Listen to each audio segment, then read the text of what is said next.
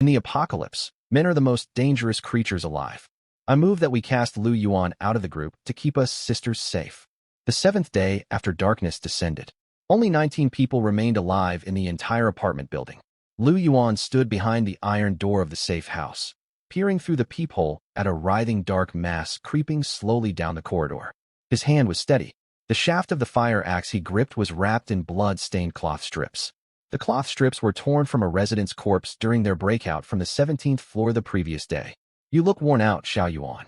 A voice came from behind him. Lu Yuan turned to see Qiu Yuan stepping closer, holding out a damp towel. Qiu Yuan was a strikingly beautiful woman in her early 30s, with alluring features and the grace of a married woman. Above all, she had an incredible figure, a slender waist, shapely hips, and curves so breathtaking they commanded every gaze. Her temperament matched her looks, gentle, soft-spoken, the archetype of a mature woman. She was far from ordinary. She owned a financial firm, worth hundreds of millions, and moved in Shanghai's highest social circles. Among the 18 female survivors, she was one of the few who treated Lu Yuan decently. "Thank you." Lu Yuan nodded and took the towel. The moment his fingers closed around it, a clear female voice cut through the crowd. "Lu Yuan." He swiveled his head to see Fang Yaqi stand up from the corner. She was an A-list celebrity from Dragon Country, with 20 million followers on Weibo. Right before the apocalypse, she had just been announced as the lead actress for a high-budget drama. She was wrapped in a premium cashmere shawl Lu Yuan had scavenged from the neighboring flat. Her hair had been messy for days, yet the haughty arrogance in her eyes had not faded one bit. Fang Yaqi fixed her gaze on him. Her voice was quiet, yet loud enough for everyone to hear. "Thank you for everything these past few days. I'll admit, you're a good security guard." Lu Yuan said nothing. He watched her silently, waiting for the inevitable but, Fang Yaqi went on, just as he expected. "Now that we've survived, I believe some things need to be reconsidered." She scanned the room, her eyes sweeping across 17 women's faces. There were senior executives from large corporations in their 30s, wealthy young heiresses fresh out of university, internet influencers with millions of followers. All eyes were on her. "You've all seen what lies outside." Fang Yaqi's tone took on a performative heaviness. "Those monsters, all the people who've died. We are the last ones left. We have to stick together to live. But the problem is," her gaze locked back onto Lu Yuan, "in the apocalypse, men are the most dangerous creatures." Silence hung in the safe house for a heartbeat. "Pardon." Lu Yuan wondered if he had misheard. "I mean every word." Fang Yaqi took a step forward, her cashmere shawl swaying gently behind her. "The 18 of us women pose no threat to one another. But you are a man. You are stronger than us, and you hold a weapon. Who can guarantee that one day you won't?" She paused, her tone thick with implication. "Turn into another monster?" It was clear exactly what monster she meant. Her words hit the room like a stone tossed into still water. "I think Miss Fang makes a valid point." A young woman with golden big waves spoke timidly. Lu Yuan recognized her as Su Wan, a beauty influencer, gorgeous with a great figure. "The night before last, I caught him staring at me for ages." "Me too. I've never felt fully safe around him." Another woman chimed in.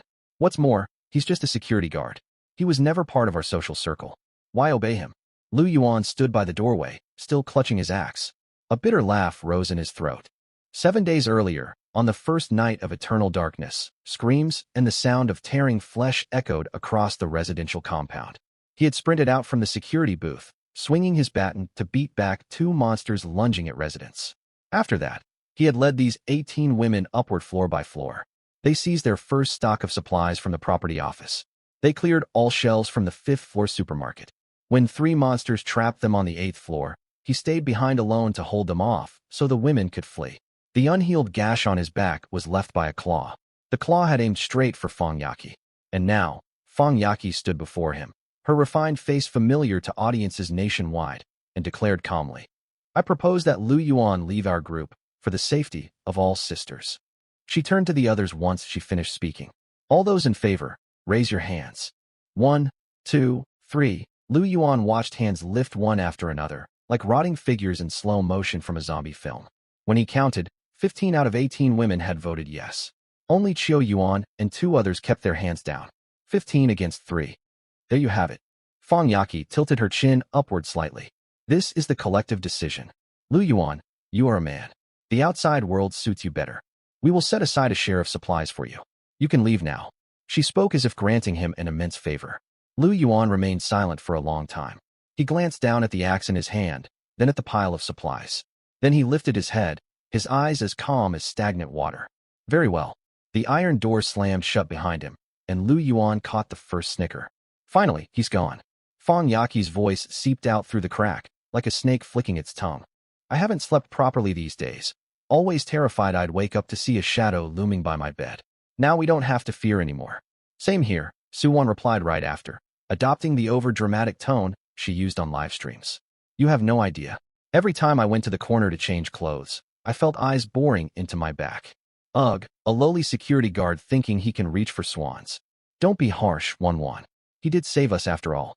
It was Tang Shi, a rich heiress, a pampered little princess born into wealth. Her voice was soft and sugary. Still, honestly, things will be better with him gone. Men hold the advantage in strength. Who knows when their filthy thoughts might boil over. That's what I've been saying all along. Fang Yaqi raised her voice, as if announcing victory. In the apocalypse, women are safest when we stick only with other women. No male gaze, no disgusting possessive urges. If us sisters stand united, soft and gentle as we are, we can survive all the same. Exactly right.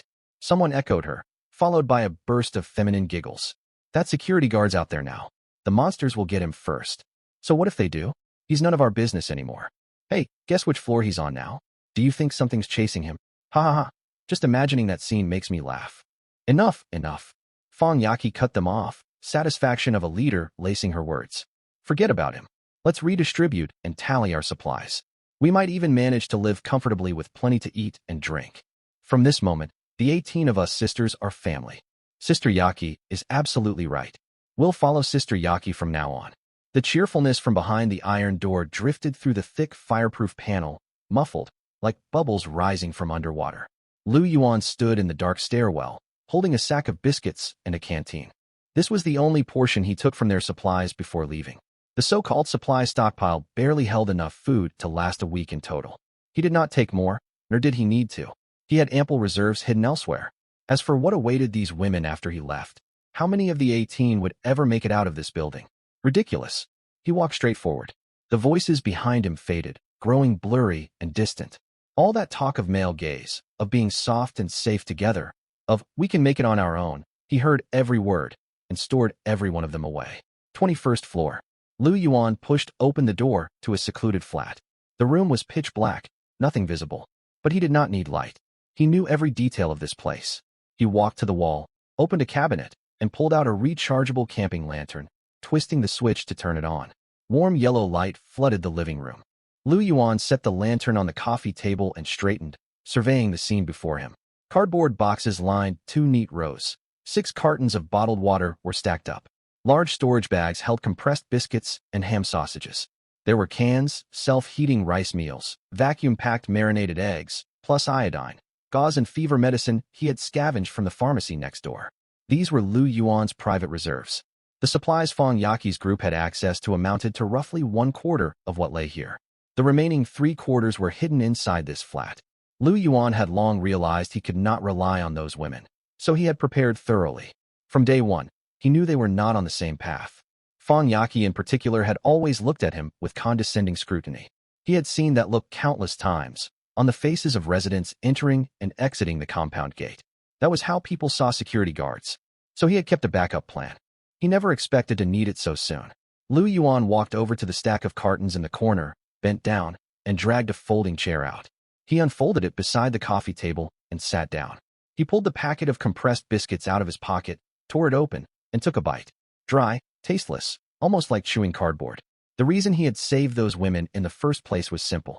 He had thought this catastrophe would only last 3 to 5 days. Troops would arrive, rescue teams would come, and order would be restored. As a security guard, if he saved a dozen wealthy, influential women, even a small reward or a job offer from any of them would be a fortune beyond imagination. Qiu Yuan ran a financial firm. Fang Yaqi was a top celebrity. Gulan was a group CEO. Any single one of them could hand him enough money to live comfortably for years, if they chose. That was why he had rescued every last one of them. Now, that thought was long gone. 7 days had passed. No planes flew overhead. No vehicle horns echoed from the streets. Networks were dead, radio broadcasts silent. Outside the windows hung a permanent dark red sky, like a dried scab nailed above their heads. Never day, never night. Time had lost all meaning within this building. There existed only two states, alive or dead. Lu Yuan stuffed the last mouthful of biscuits into his mouth, chewed and swallowed. This crisis would most likely never end. At least, as far as he could foresee, no army would come rolling in armored vehicles to evacuate them. The world outside had turned into something beyond his comprehension. There was only one thing he could do: survive. So when Fang Yaqi spoke the words about casting him out, he barely held back laughter. He could not have wished for anything more. He had wanted to leave all along. He leaned back against the chair, closed his eyes, and sank his consciousness. A translucent panel unfolded in his vision, suspended in empty darkness. System: Apocalypse Survival Assistance System Beta Version Host. Lu Yuan Current Survival Rating. Grade S. Day Survived. 7 Check-in Status. Not checked in today. Daily check in reward pool refreshing. Lu Yuan whispered in his mind. Check in. Text on the panel flickered, and 3 lines of golden notification slowly surfaced. Check-in successful. Obtained Grade C supplies. 1 carton of Master Kong braised beef noodles Grade C, 24 packs. Obtained attribute point. Stamina plus 1 current stamina. 7-8 obtained talent. Advanced lockpicking capable of unlocking all non-electronic mechanical locks. Skill cooldown only Grade C supplies. A flicker of disappointment crossed Lu Yuan's mind. He opened his eyes. A cardboard box appeared on the coffee table, bright red packaging printed with the words Master Kong braised beef noodles. Neatly packed with 24 servings. He tapped the side of the carton, the corners of his mouth twitching. 1 carton of instant noodles. A small boost to stamina. A lockpicking skill. Before the end of the world, these things would have meant nothing. Hardly enough to hit the minimum order threshold for food delivery. But inside this apartment building right now, a carton of noodles meant he could go another week without touching his core reserves. And they tasted good, too. Instant noodles were premium currency in the apocalypse.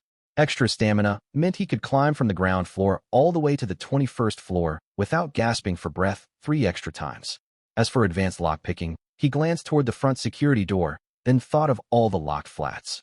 Behind every door might lie a cache of supplies. And those doors might as well be left wide open to him now. This system was absolutely incredible. Lu Yuan settled back comfortably in the chair. Elsewhere, flat 201. The atmosphere remained cheerful. Suddenly struck by an idea, Fang Yaqi clapped her hands to draw everyone's attention. Sisters, I have a suggestion. Let us have a proper feast tonight to celebrate. Her words were like tossing chopped green onions into sizzling oil. The room erupted. Yes. Ugh, I haven't slept a full night in days. Tonight, I want to eat well and sleep till noon tomorrow. Sister Yaqi knows exactly what we need. I'm ready to unwind. We must celebrate, absolutely. Several young women chattered excitedly. Suwon had already begun rummaging through the supply pile, muttering, let's see what delicious food we've got. Wow, this bottle of Lafite, vintage 2010. My family kept quite a few bottles of this back then. She pulled a bottle of red wine out of a crate and held it up to the candlelight. Is this real? It's genuine. Tangshur leaned over to glance at the label. I think this came from the flat on the 8th floor. I remember they had a whole row lined up in their wine cabinet. Real or fake? Let's open it anyway. Tangshur kept digging through the supplies. Look at this, vacuum-packed Australian Wagyu beef. Let me check the date, still edible. There's also a box of foie gras and a tin of caviar. The two squatted beside the crates, scavenging goods as if shopping in a luxury warehouse, pulling items out one by one. Red wine, steak, foie gras, black truffle paste, scattered all over the floor. Fang Yaqi watched the scene, a faint smile playing on her lips as she folded her arms. This sense of standing above everything filled her with immense satisfaction. Sister Yaqi, someone walked over and asked, how should we prepare all this? We don't have a kitchen. Simple, Fang Yaqi replied. Open the wine and drink it straight. We can pan-fry the steak over candles and fuel tablets, slice foie gras to eat with crackers, and scoop caviar. Immediate French cuisine. Suwon clapped her hands. Apocalypse-exclusive candlelit dinner. Sisters, we are pulling out all the stops. Open everything. Fang Yaqi waved her hand. We're in high spirits today, no need to hold back. Got it. Wait a moment. A voice came from the corner, quiet yet clear enough for all to hear. Qiu Yuan stood up from her chair. Her gaze swept calmly over the cheering crowd before settling on Fang Yaqi. Yaqi, she said, these supplies are our last reserves. A bottle of Lafite was worth tens of thousands before the apocalypse. Right now, it is worth less than a bottle of drinking water. If you devour our finest stock, what will we live on? The chatter in the room died down. Several women squatting by the supplies froze mid-movement and exchanged uneasy glances. Fong Yaqi's smile faded slightly, only to reappear quickly. Sister Qiu Yuan, she smiled unperturbed. I know you're looking out, but think about it. We have just made a vital decision and removed the threat among us. Isn't that worth celebrating? She stepped forward, looking around as if delivering a small speech. Supplies are important, yes, but emotional well-being matters too. What have all of us endured these days? Constant terror outside, perpetual anxiety inside the safe house. We could not even change clothes without fearing prying eyes. Now everything is different. We are truly safe at last. This meal is more than food. It is proof to ourselves. We made it. We survived. Emotional well-being is extremely important. She's right. Sister Yaqi speaks the truth. I just want to eat something nice. Who cares about tomorrow? And there are 18 of us.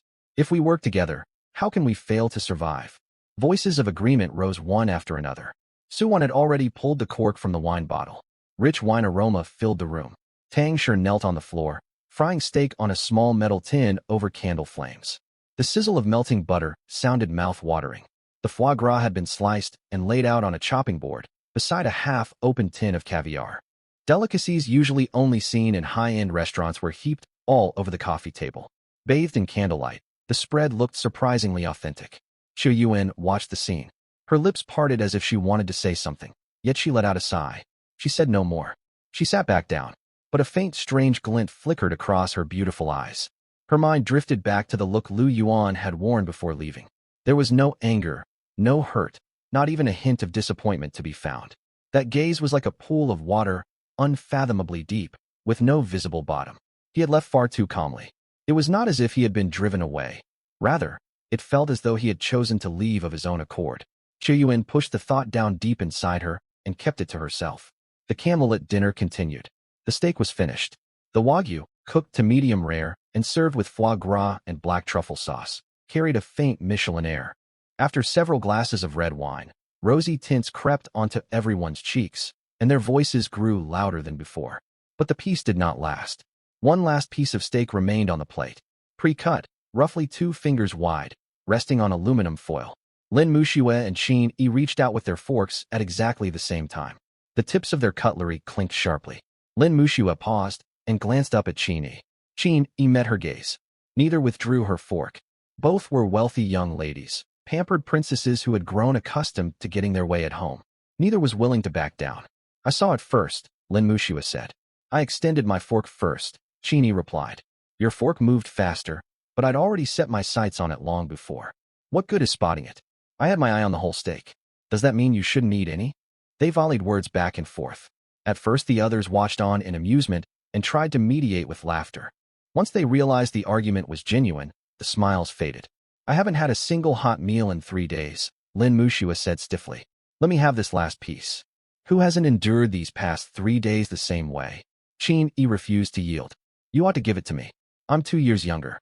Shouldn't the elder sister make allowances? Don't pull that line. That's enough. Fong Yaqi stood up from the sofa. A smile still lingered on her face, yet it had turned rigid. Holding her wine glass, she stepped forward and positioned herself between the two girls. Muxue Yi, she spoke with the steady poise of a gala host. It's only a piece of steak. It's not worth fighting over. We're sisters. Talk things through properly. Split this between you half each. Will that work? Lin Muxue shot Fong Yaqi a glance, her lips twisting downward. She said nothing, yet she did not pull her fork away. Qin Yi retracted her fork, only to roll her eyes and turn her head aside, muttering under her breath. Fine, split it. It's not even anything great anyway.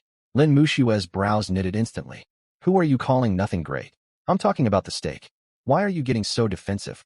I can hear exactly what you meant. You. All right, enough. Fong Yaqi set her wine glass down heavily on the coffee table and raised her voice at last. Her outburst silenced the pair for a moment. Everyone in the room turned to look at her. Fong Yaqi drew a deep breath and adopted the commanding bearing she used playing queen roles on set, sweeping her gaze across the group. Girls, we were celebrating just now. We agreed to stand united from this day onward. And yet, after barely any time has passed, you're quarreling fiercely over food. Is it really necessary? It's just one steak. She paused and softened her tone, as if soothing a group of sulking children. Besides, think about where we are. The 21st floor, the highest in the entire building. There are countless apartments downstairs. Surely there must be food in people's refrigerators, cabinets, and storage rooms. Once we run out, look for more. She spread her hands casually. Finding food is hardly a difficult task. Lu Yuan managed it before he went out to search. If he can do it, so can we. Her words lightened the tension in the room noticeably. Suwan chimed in from the side. Exactly. Even a security guard like Lu Yuan can find supplies. With so many of us, how could we fail? Let's drop the argument and drink our red wine. Tang Shi lifted her glass. Come on, let's toast. Let bygones be bygones. Lin Muxue and Qin Yi exchanged a look. Though displeasure still clouded their faces, they stopped bickering. Qin Yi tossed her fork onto the table and took a sip from her glass. Lin Muxue picked up the piece of steak, and no one tried to stop her. Candle flames flickered once more. Glasses were refilled, and the steak was chewed and swallowed. The faint awkwardness was quickly washed away by wine. Sitting in the corner, however, Qi Yuan had witnessed everything clearly. She clutched her glass of red wine. Her gaze drifted from Lin Muxue to Qin Yi, then from Feng Yaqi to the nearly empty supply crates. Half a bottle of red wine remained. The foie gras was gone, the caviar almost finished. 3 out of several chocolate boxes had been opened, and crumpled aluminum foil littered the tabletop. Before the end, this was an ordinary dinner. But what about now? Now all of it was irreplaceable. And those ordinary dinners were gone forever. Qi Yuan set down her wine glass, interlaced her fingers, and rested them on her knees. She stared down at her hands. She said nothing, and no one paid her any mind. Amid such a crowd, quiet people were easily overlooked. One thought occupied her mind. When Feng Yaqi had said finding food was simple, she had spoken so lightly. She spoke as if mentioning going downstairs to collect a food delivery. She seemed to have completely forgotten the creatures roaming the building. She forgot Lu Yuan always carried an axe whenever he ventured out. She forgot the shadow on the 8th floor had once stood merely 3 steps behind them. She truly believed whatever Lu Yuan could accomplish, they could achieve too. Qi Yuan slowly clenched her fingers. Sooner or later, Feng Yaqi would get all of them killed. The vague thought lingering deep inside her had now turned crystal clear. She reached a decision in her heart. Elsewhere, Lu Yuan knew nothing of the farce. He squatted in the corridor on the 18th floor, tightening the straps of his backpack. The black fog was growing denser. Since the previous day, that gray, corrosive mist had been creeping upward from the lower floors. It was manageable during daylight, but at night it nearly swallowed entire floors whole. One could not even see their own toes standing within it. After observing this phenomenon, Lu Yuan reached a conclusion. If he did not search the lower floors soon, there might not be another chance. The black fog surged up from underground and would eventually submerge all lower levels. By then, venturing down would make breathing difficult. That was why he had headed out promptly at 12 noon. This was a pattern he had summed up over 7 days. Between 11:30 and 12:30 each day, the fog thinned, and monsters grew dormant. He did not know the exact reason, yet the timing was as reliable as an alarm clock. Lu Yuan called this window of opportunity the safe interval. The safe interval lasted 1 hour. He had to finish scavenging within that hour, return to the 21st floor, close the door, and settle in. If he missed the deadline and the fog thickened again, anything could happen. He chose the 18th floor. He had already scouted everything from the 17th floor downward the previous day. He had walked to the 17th floor bend with his axe, only to spot the shadow writhing just around the corner. The stench burned his eyes. He had retreated without hesitation. The 18th floor was the lowest level where he could safely move around during the safe interval. It held another advantage. When they fled upward, they only broke doors easily forced. He would swing the fire axe, shatter lock cylinders, kick the doors open, grab supplies, and rush onward. Several apartments on the 18th floor, however, had reinforced entryways. High-grade security doors fitted with alloy locks. Axe strikes only sparked metal, leaving the doors completely unharmed. Monsters had been chasing them at the time. He had no time to waste struggling with these doors and moved on. Circumstances were different now. Lu Yuan stood before the first apartment door on the 18th floor and ran his fingers over the lock. A Yale electronic fingerprint lock with dual systems and dual drive mechanisms, designed to lock automatically. Before the apocalypse, a complete set of this lock and matching door would have cost upwards of 50,000 yuan, requiring a 3-month advance order. Lu Yuan had overheard residents chatting during his patrol shifts. They said the lock resisted prying, smashing, and technical unlocking, even earning homeowners reduced insurance premiums. As he stared at the lock, an indescribable sensation washed over him, as though a dormant nerve had awakened. He could sense every component within the lock cylinder: pins, leaf tumblers, the mechanical base of the encrypted chip. Every detail unfolded before his eyes like a blueprint. He pulled a thin steel wire.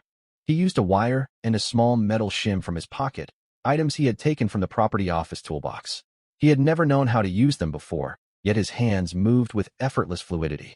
He inserted the wire, pressed the metal shim into place, twisted half a turn left, and lifted gently. Click. The door unlocked. Lu Yuan glanced at the tools in his hand, then back at the door. System, you really are a game changer. He pushed the door open and stepped inside.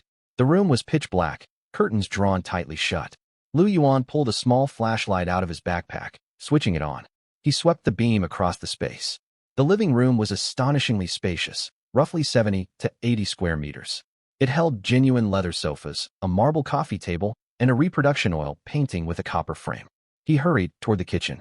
When he pulled open the double-door refrigerator, a sour stench rushed out. All the premium fresh produce inside had rotted away. He frowned and closed it, then began rummaging. The moment he opened a cabinet, Lu Yuan's eyes widened. 7 or 8 bottles of well-aged red wine lined the wine rack. Below them sat a bottle of Hennessy XO and Japanese whiskey. Whoever lived here, Lu Yuan muttered, shifting the wine bottles aside. Wine could wait. He needed to find food first. Digging deeper, the dry goods cabinet held few items, yet all were high quality. A jar of Italian black truffle sauce, still more than half full. 2 packs of pasta, 1 wide and 1 thin. A tin of French foie gras, heavy in his hand. A small bag of dried scallops. There was also a 5-kilogram sack of rice. It had been opened, yet barely touched, enough for around 10 meals. At the bottom lay 2 packs of vacuum-packed rice noodles and self-heating hot pot. Lu Yuan squatted to examine everything, swallowing hard. Half an hour earlier, he had been huddled in the shelter chewing dry ration biscuits that made his jaw ache. He looked at the supplies spread out. Pasta, dried scallops, truffle sauce, foie gras tins, and a sack of rice.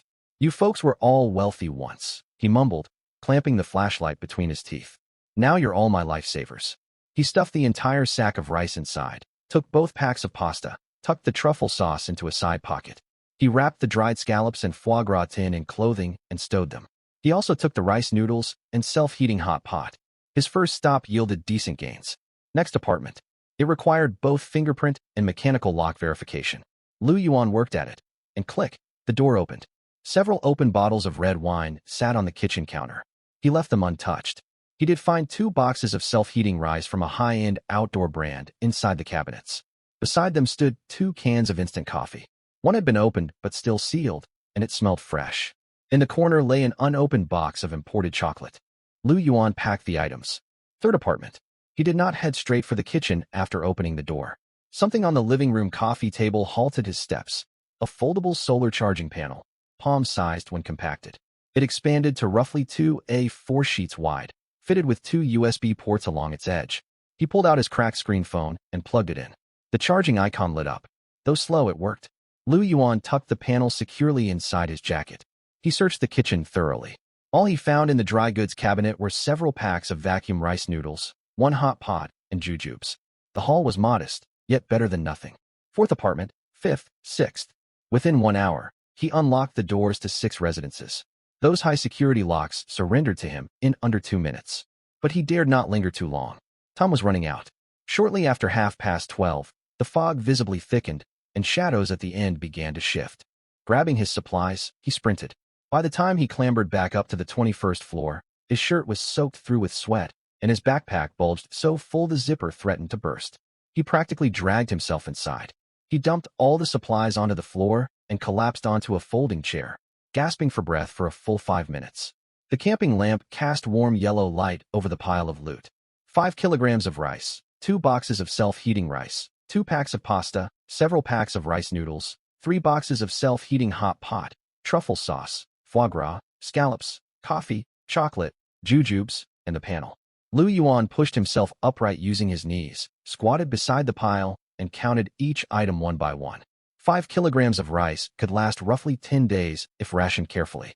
The 2 boxes of self-heating rice and chocolate would serve as treats. Combined, the pasta, rice noodles, and hot pots could sustain him for about a week. Dried scallops and foie gras were premium. He ran quick calculations in his head, the tension gradually draining from his face. A month's supply. If I ration wisely, this could stretch to 2 months. Lu Yuan muttered to himself. The supply problem was solved. He stood up, brushed dust off his hands, and exhaled deeply. He fished out a box of self-heating rice from the pile, tore it open, added water, and waited. Bubbling sounds emerged as the heating pack activated. He retrieved the solar panel once more, set it beside the coffee table, and plugged in his broken phone. The charging lightning symbol glowed. The battery percentage slowly climbed up from 3%. He knelt before the panel for a long moment, gently touching its surface with cautious care. This thing sold for nearly 1,000 yuan. Now, I wouldn't trade it for any amount of wine. The self-heating rice was ready. He lifted the lid, and rich cured meat aroma washed over him. Each grain of rice stood distinct. The preserved sausages glowed a glossy crimson. He sank back into the folding chair, picked up the container, and scooped a large spoonful into his mouth. Delicious. He quickly finished the whole box. Lu Yuan scraped every last grain from the bottom, crunching down on the crispy rice crust. Once done, he set the empty container on the table, leaned back deep into the chair, and sighed. Lu Yuan narrowed his eyes, oil glistening at the corners of his mouth. He thought to himself, this scavenging trip had been well worth it. 10 o'clock at night. The candlelit dinner had ended. Wrapped in a cashmere shawl, Fang Yaqi curled up on the largest sofa, her cheeks still flushed from alcohol. She rolled over, mumbled something indistinct about dealing with things tomorrow, then fell silent. Tang Shi dozed in the corner with her knees drawn to her chest. The rest sprawled in small groups across sofas and carpets. Some whispered quietly, while others had already closed their eyes. Soon, snores rose up. Light and heavy sounds intertwined. Everyone was asleep. Xu Yuan remained awake. She leaned against the furthest chair in the corner, her back pressed to the wall. Her eyes were half-lidded, her breathing steady as if she slumbered. Her ears, however, stayed sharp, tracking every sound around her. After waiting roughly 40 minutes and confirming everyone remained asleep, Xu Yuan slowly opened her eyes and rose from the chair with extreme care. She wore disposable hotel slippers. Their thin soles barely made any noise against the floorboards. She padded over to the pile of supplies and knelt down to rummage through them. She took 1 bottle of mineral water, 2 packs of compressed biscuits, and 1 tin of luncheon meat, stowing them in a black canvas bag. She walked to the doorway, wrapped her hand around the iron handle, and pulled it open inch by inch, slowly. The metal door creaked ajar. Xu Yuan paused, glanced back, and saw no one stir. She slipped sideways outside into the complete darkness of the corridor. Standing at the doorway, Xu Yuan tightened her grip on the canvas bag straps, drew a deep breath, and began walking toward the left. She knew exactly where Lu Yuan was staying and headed straight there. Inside the apartment, Lu Yuan wore headphones, performing dumbbell bench presses. This luxury apartment complex boasted absurdly comprehensive amenities.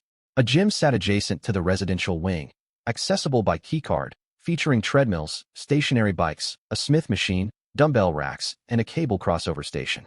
Before the doomsday, he had never even stepped foot in a gym, but things were different now. Brutal daily training was a necessity. Working out burned a huge number of calories, yet he no longer worried about food supplies. Physical health was his top priority. In the apocalypse, a single extra second of speed meant survival, and every ounce of strength gained meant greater confidence. He had no intention of hiding away like a rat. One day, he would escape. To survive outside, his body would be his foundation, alongside his system as his other ace in the hole.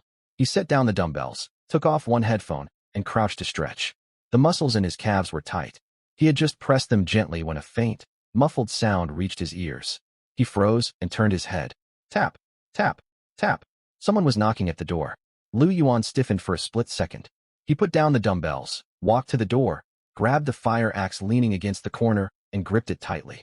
Then he pressed his ear against the door panel, listening intently.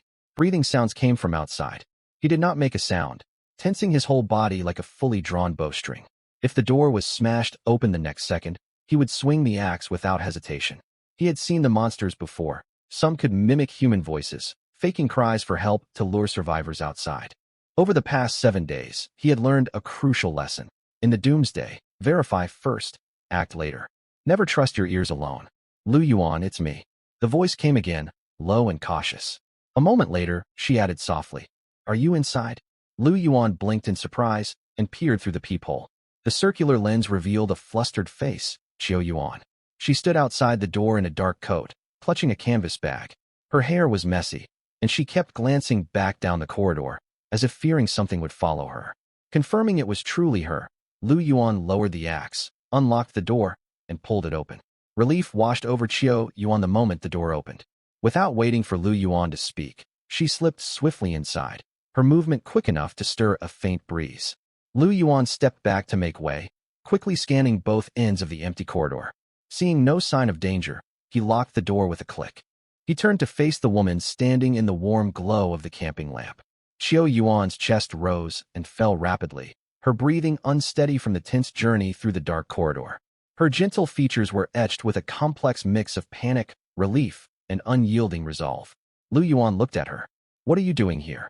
Qiao Yuan stood quietly for a few seconds to steady her breath. She lifted her canvas bag slightly and met his eyes directly, no beating around the bush. "Staying with you gives me a better chance of survival." Lu Yuan said nothing, waiting. "The others won't last long." Qiao Yuan's voice was soft but clear. "Fang Yaqi and her group will run into disaster within a week. I don't want to regret staying with them until it's too late." Lu Yuan watched her, his expression impassive. Qiao Yuan was indeed a smart woman. He had noticed it from day one. In her early 30s, she rarely spoke among the group, yet she was calm, prudent, and extraordinarily intelligent. While others scrambled for water, she mapped out escape routes. While others wept in despair, she counted their remaining supplies. While others froze in fear, she planned their next move. Quiet and unassuming, she was far more perceptive than everyone else around her. Lu Yuan had long believed Qiao Yuan was one of the few in the group worthy of surviving the apocalypse, provided she made the right choice. And she had chosen wisely, coming to seek refuge only hours after he left. A top socialite who once moved in Shanghai's high-end elite circles, she was undeniably shrewd. Still, Lu Yuan did not agree to take her in immediately. Instead, he asked a practical question. "Why should I shelter you? What value can you bring?" Qiao Yuan glanced at him, calm and unflustered. "I've brought supplies with me." She pushed the canvas bag forward slightly. Lu Yuan glanced at the flat bag but made no move to touch it, a faint smile tugging at his lips. He then stood up and nodded toward the storage room. "Follow me." He pushed open the half-closed door and stepped aside. Qiao Yuan followed, and froze the moment she stepped inside. Warm light spilled from the living room, illuminating the full extent of the storage room. 6 cases of mineral water were stacked neatly in place. Beside them, large storage bags were crammed with self-heating rice noodles, pasta, instant noodles, and all kinds of food. In the corner stood several bottles of red wine and a bottle of Matai, scavenged from the lower floors that afternoon. A whole vacuum-packed Iberian ham hung on the wall, alongside countless other supplies piled halfway up the wall. Qiao Yuan stared at the stockpile, her eyes wide with undisguised astonishment. This is only part of what I have." Lu Yuan crossed his arms and leaned against the doorframe, his tone casual. "There are still unlooted households downstairs. I'll bring up more supplies next time." Qiao Yuan tore her gaze from the supplies, studied Lu Yuan's face intently for a few seconds, and smiled. "You truly are someone worth relying on." Lu Yuan said nothing, waiting for her to elaborate. Qiao Yuan understood his unspoken request. "A safe haven in the apocalypse requires careful planning and management," she said steadily. "Someone needs to oversee supply distribution, consumption control, and future scavenging plans. I can handle it." She spoke with quiet confidence, her gaze locked firmly on his. As the former owner of a financial firm, she had years of experience managing funds and personnel. In terms of overall planning and resource management, she was far more professional than Lu Yuan. Lu Yuan neither nodded nor shook his head. "I'm living alone for now. I don't need such meticulous management." Qiao Yuan nodded in understanding. She had anticipated his response. Managing resources for one person was vastly different from managing a group. Her current offer was only a minor bargaining chip, not yet fully useful. She paused, took a step forward, and spoke with complete sincerity. "My value goes far beyond supply management." She looked straight at him, her tone calm and resolute, stripped of all pretense. "The apocalypse is not only about strength and materials. It depends on strategy, connections, and long-term planning. I excel at resource integration, risk assessment, and team coordination. If you ever want to expand our safe haven, recruit more survivors, and build a complete survival system, I will be your most reliable partner. That is my true value." The warm lamplight softened her features. Once a glamorous elite socialite, she had cast off her worldly vanity. She retained only the poise and insight forged by years of navigating high-stakes environments. There was no flattery, no weakness in her words, only a straightforward, mutually beneficial partnership. A faint, calming herbal fragrance lingered in the air. A knowing smile crept onto Lu Yuan's face. Qiao Yuan was sharp and pragmatic. She understood the brutal rules of the apocalypse perfectly, abandoning empty pride to seize real survival opportunities. Once worth hundreds of millions, she had set aside her status and arrogance, choosing cooperation over dependence. Such clarity and decisiveness were rare in this chaotic world. Lu Yuan dropped his probing tone and spoke plainly. I'll take you in and accept your partnership. But there are rules in my safe house. If you stay, you obey my orders. We each do our part, no slacking, to survive together. Qiu Yuan's eyes lit up with determination. She nodded firmly. I understand. I will fully cooperate with you, take charge of all logistics and planning, and prove my worth with actions. The night passed peacefully without disturbance. The next morning, room 201, no dawn broke. The sky was perpetually shrouded in a murky crimson haze. Human circadian rhythms remained, however. By 7 or 8 o'clock in the morning, the survivors began to wake one by one. Su Wan was the first to notice Qiu Yuan's absence. She rubbed her eyes, sat up from the carpet, glanced around the room, counted the people present, and froze. Where's Qiu Yuan? Her question jolted the others awake. Everyone scanned the room. The sofa was empty, the corner chair vacant, and the bathroom door stood open, deserted. She wasn't here last night? Tang Shi sat up, her hair messy and disheveled. She was here when I fell asleep. Qini frowned. An awkward silence fell over the group. Then someone muttered, she must have gone to find that security guard. The words shattered the last traces of drowsy camaraderie from the night before. No way. Su Wan's eyes widened in disbelief. She actually went to find Lu Yuan? Where else could she go? The doors are locked, and the corridors are full of monsters. She took supplies with her. Someone rummaged through their stockpile, voice sharp with alarm. A bottle of water, 2 packs of biscuits, a can of food, and her canvas bag are all gone. The room fell silent for 2 full seconds before Fang Yaqi spoke. She went to find Lu Yuan. Fang Yaqi sat up on the sofa, her cashmere shawl slipping down her waist. Though still drowsy, her haughty demeanor returned instantly. She glanced around the room and let out a cold snort. A wealthy woman in her 30s, groveling to a lowly security guard. How humiliating. She's so stupid, Su Wan scoffed. Lu Yuan was nothing but a doorman before the doomsday, and he's still just a doorman now. What could Qiu Yuan possibly gain from him? It's obvious what she's after. Tang Shi rolled her eyes, her tone dripping with contempt. A woman her age is just starved for attention from men. He's the only male around, so she's settling. He acts like some kind of hero just for leading us out a few times, another woman sneered. He's nothing but a brute with a little extra strength. We could survive perfectly well on our own. A curly-haired woman leaned in and whispered, she's abandoned all of us sisters to cling to an outsider. She's forgotten who her real family is. Enough. Fang Yaqi raised a hand, feigning magnanimity. Let her go. We don't need her. 17 of US sisters can survive just fine without her or that security guard. You're right, Yaqi. Good riddance. We'll have more supplies for ourselves now. Let her cling to him. She'll be begging to come back when she regrets it. Bitterness and resentment boiled over among the group. Qiu Yuan's departure ignited all the hidden jealousy and dissatisfaction beneath their fake sisterhood. They hurled insults, calling her traitorous, mocking Lu Yuan for overreaching his station, all while insisting they could thrive independently. Amid the noisy tirade, Lin Mushuang spoke up. Her voice was quiet yet urgent. Yaqi, it's almost noon. Fang Yaqi glanced at her. Shouldn't we go scavenge for supplies today? The room went dead silent in an instant. The cheerful insults died on everyone's lips. Their supplies had dwindled drastically after their feast the previous night. The harsh truth hung over them. Lu Yuan had always been the one to do the heavy lifting. He was the one who braved the corridors, broke into rooms, and carried back supplies while they waited safely indoors. They had mocked him, but everyone knew he was their real provider. Now he was gone. A flicker of panic crossed Fang Yaqi's face, quickly masked by her calm, dismissive tone. There's no rush. We still have food left. We'll rest today and go scavenge tomorrow. Frowns spread across the room immediately. Yaqi, that's too risky, Gulan spoke up. We burned through too many supplies yesterday. We need to restock while we still have the energy. Every day we wait puts us in more danger. She's right, Lin Mushuang added anxiously.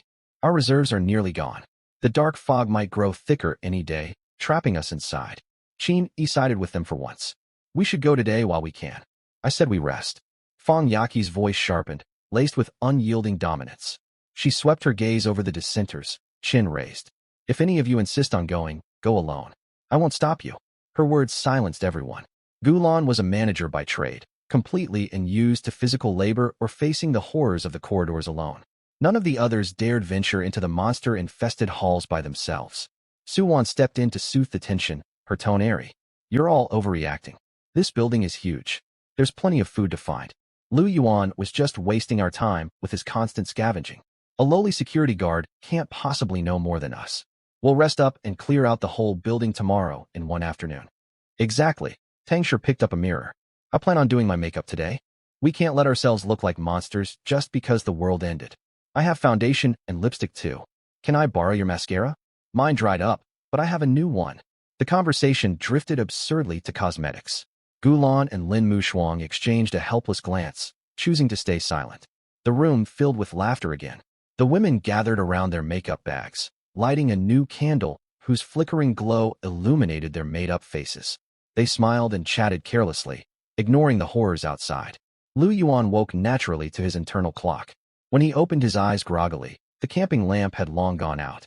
The room was only dimly lit by a dark red glow seeping through the crack in the curtains. He lay on the bedroom bed, covered by the quilt. The mattress beneath him was so soft that every bone in his body seemed to protest. He shifted, and waves of soreness washed over him. His legs ached, his waist ached, and the muscles on his back felt as if they had been wrung tight. He tried lifting an arm.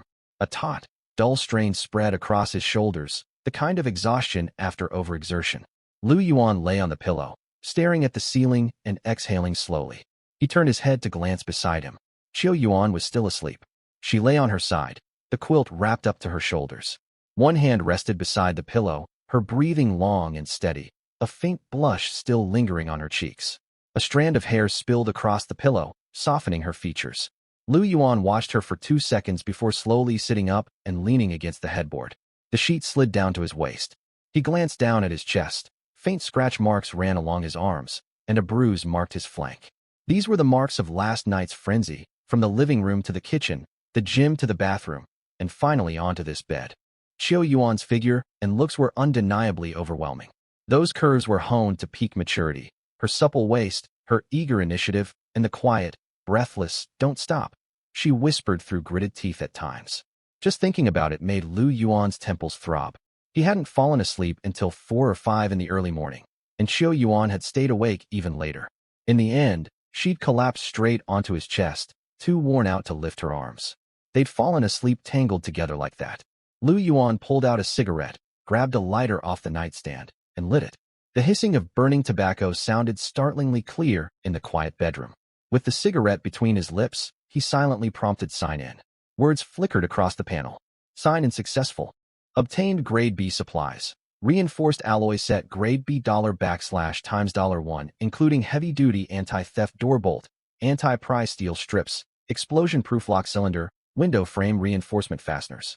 Obtained attribute point. Stamina +1 current stamina. $8 /Rytro $9. Obtained talent. Enhanced perception greatly sharpens the 5 senses. Passive effect.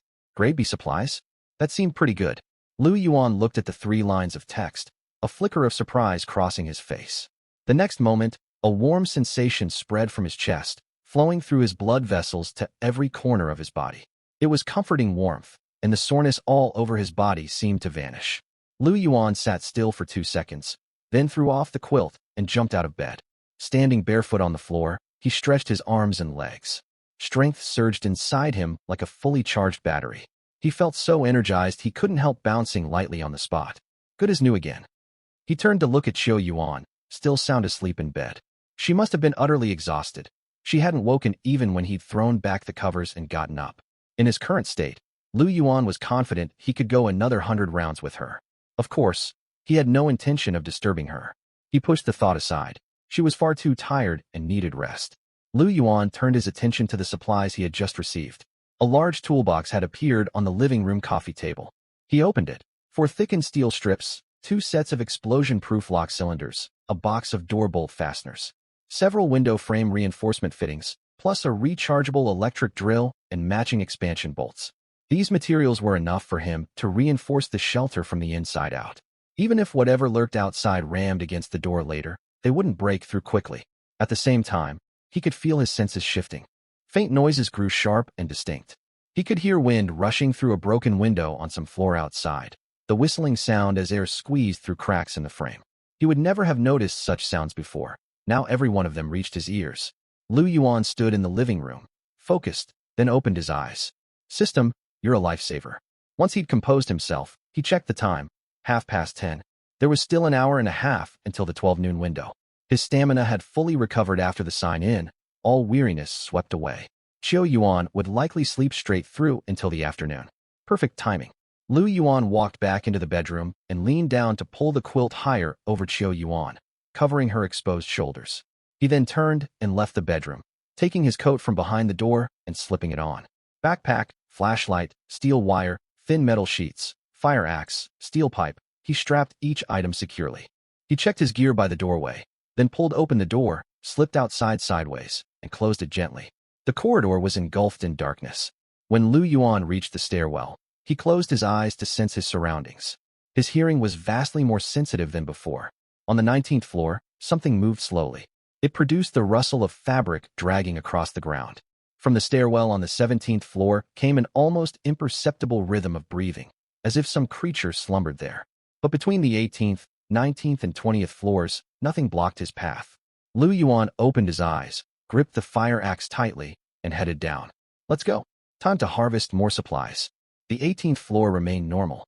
The black mist hanging in the air was much like yesterday, a thin layer clinging close to the ground. Yet when he stepped onto the final stair and reached the corridor entrance of the 17th floor, his heart skipped a beat. The atmosphere on the 17th floor sent a chill down Lu Yuan's spine. The black mist was far denser than the previous day. When he had scouted this area yesterday, the fog had been thin, resembling ordinary haze on a cloudy day. He could barely make out silhouettes several meters away. Now, the entire corridor looked as though it had been drenched in ink. Gray-black mist hung thick everywhere, no layers separating it. Peering inward from the stairwell, the walls just 3 meters away were nothing more than blurry shadows. The corrosive stench in the air had also grown stronger. He stayed put and focused. As perception unfolded, he mapped out most of the corridor on the 17th floor in his mind. No obvious movement, no footsteps, no breathing, none of the slimy dragging sounds unique to monsters. Yet an unsettling feeling lingered, hard to put into words, as if countless unseen eyes were fixed on him. His senses were far sharper now. Tiny signals he once failed to detect clung to his nerves like cobwebs. Lu Yuan opened his eyes and reached a conclusion. He could continue searching here, but he could not stay long. With the mist thickening this rapidly, lingering would undoubtedly bring trouble. He edged forward along the wall, pushed open the first door, and scanned the room quickly.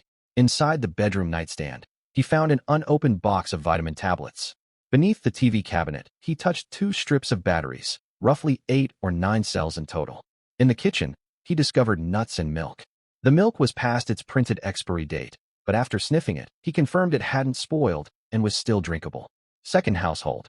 On the living room coffee table sat an unopened box of cookies and several packets of instant milk tea. He stuffed everything into his backpack. From the bathroom cabinet, he took toilet paper. Third household. The resident was likely an outdoor enthusiast. In the corner of the storage room rested 2 small camping gas canisters and matching portable stove burners. Lu Yuan's eyes lit up at the sight. He quickly packed them away. He searched 4 households, spending roughly 20 minutes. The mist kept growing thicker. Standing in the middle of the corridor, he could no longer make out the house numbers through the haze. Every breath he took carried a metallic tang, and his throat felt stuffed with damp cotton. Just then, Lu Yuan froze mid-step. He felt it. That sensation of being watched surged from all directions, like countless fine needles pricking his skin at once. The fog was too thick to see anything, but his perception spread outward like a net, catching those gazes. Their sources lay hidden in the darkness flanking the corridor, deep within the densest mist. There were many of them, at least 7 or 8. He had no idea what they were.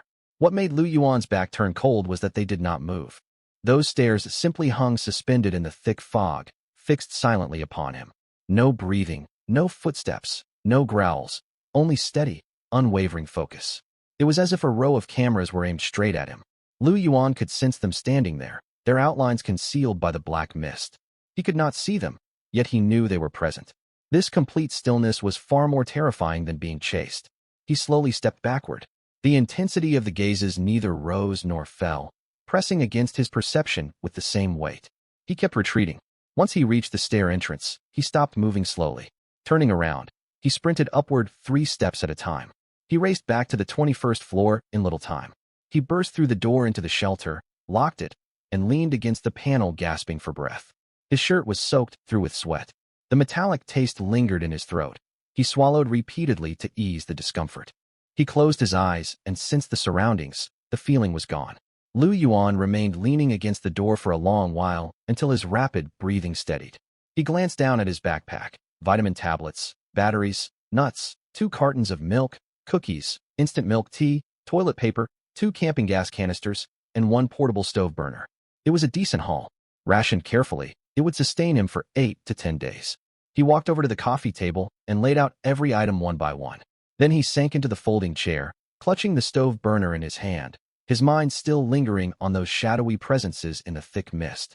He leaned back in the chair, recalling that eerie sensation of being observed.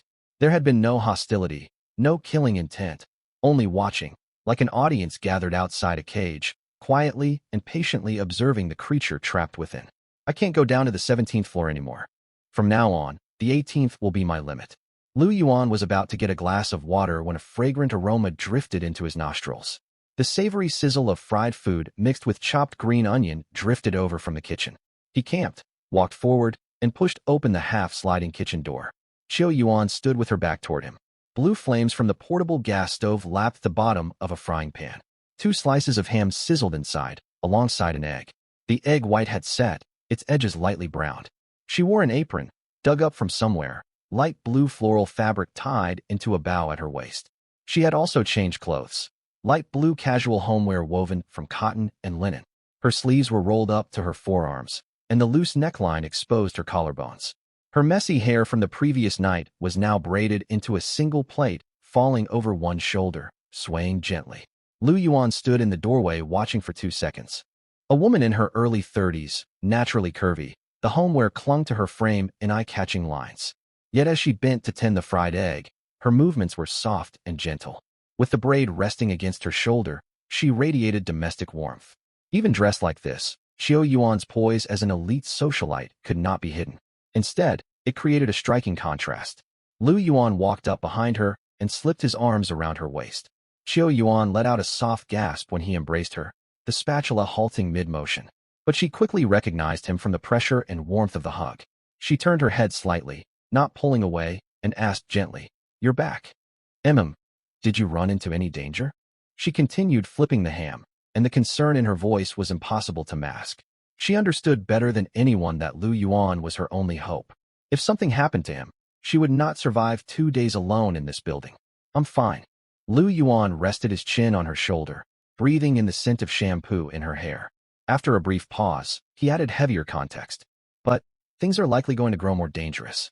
The black mist downstairs is rising upward, far denser than yesterday. The 17th floor is caught up and barely habitable now." Lu Yuan's tone turned heavier. "At this rate, it won't be long before it reaches the 20th floor." Qiu Yuan fell silent. She scooped the fried ham and egg out of the pan onto a white porcelain plate and turned off the stove. Only then did she turn her head to meet Lu Yuan's gaze, offering a tender smile. "It's all right," she said. "With you here, I fear nothing." Her voice was soft, yet her gaze steady. No exaggerated expressions. She spoke plainly, as casually as commenting on pleasant weather. Yet the words warmed Lu Yuan's heart. No wonder she navigated high society so effortlessly. She was beautiful and emotionally intelligent, able to offer steady comfort with a single sentence. Lu Yuan smiled, tightening his hold and drawing her closer against him. His hands rested at her waist, brushing the soft curves of her hips. Through the thin cotton linen fabric, the warm, firm sensation shot straight to his head. Trapped in his embrace, Qiu Yuan clearly felt his reaction. She froze for a moment, still holding the plate, and glanced back at him with a look that held equal parts surprise and helpless amusement. "You," she hesitated. "We already did so much last night." "Last night was last night." Lu Yuan pressed his chin into the crook of her shoulder. Qiu Yuan pressed her lips together. A swirl of complicated emotions crossed her face before she sighed softly. "You have far too much stamina." Her tone carried a faint trace of melancholy. She had witnessed his endurance the night before, yet she never expected him to recover completely so soon. "Don't you want me to?" Lu Yuan asked. Qiu Yuan smiled. "Of course I do. I belong to you now. You can do whatever you wish." Lu Yuan grinned. "How could I hold back around you?" He leaned close and whispered, "A top socialite worth hundreds of millions, crossing class boundaries. Qiu Yuan's cheeks flushed faintly at his words. She turned her head to shoot him a glance, though there was no real anger in it, only playful reproach. Forget socialites. Her voice dropped, heavy with soft longing. Right now, I'm yours. She did not finish, but the meaning was clear. He did not loosen his grip. Instead, he pulled her even tighter against him. Qiu Yuan remained encircled by him from behind, standing before the stove with the plate of freshly fried ham and egg resting nearby.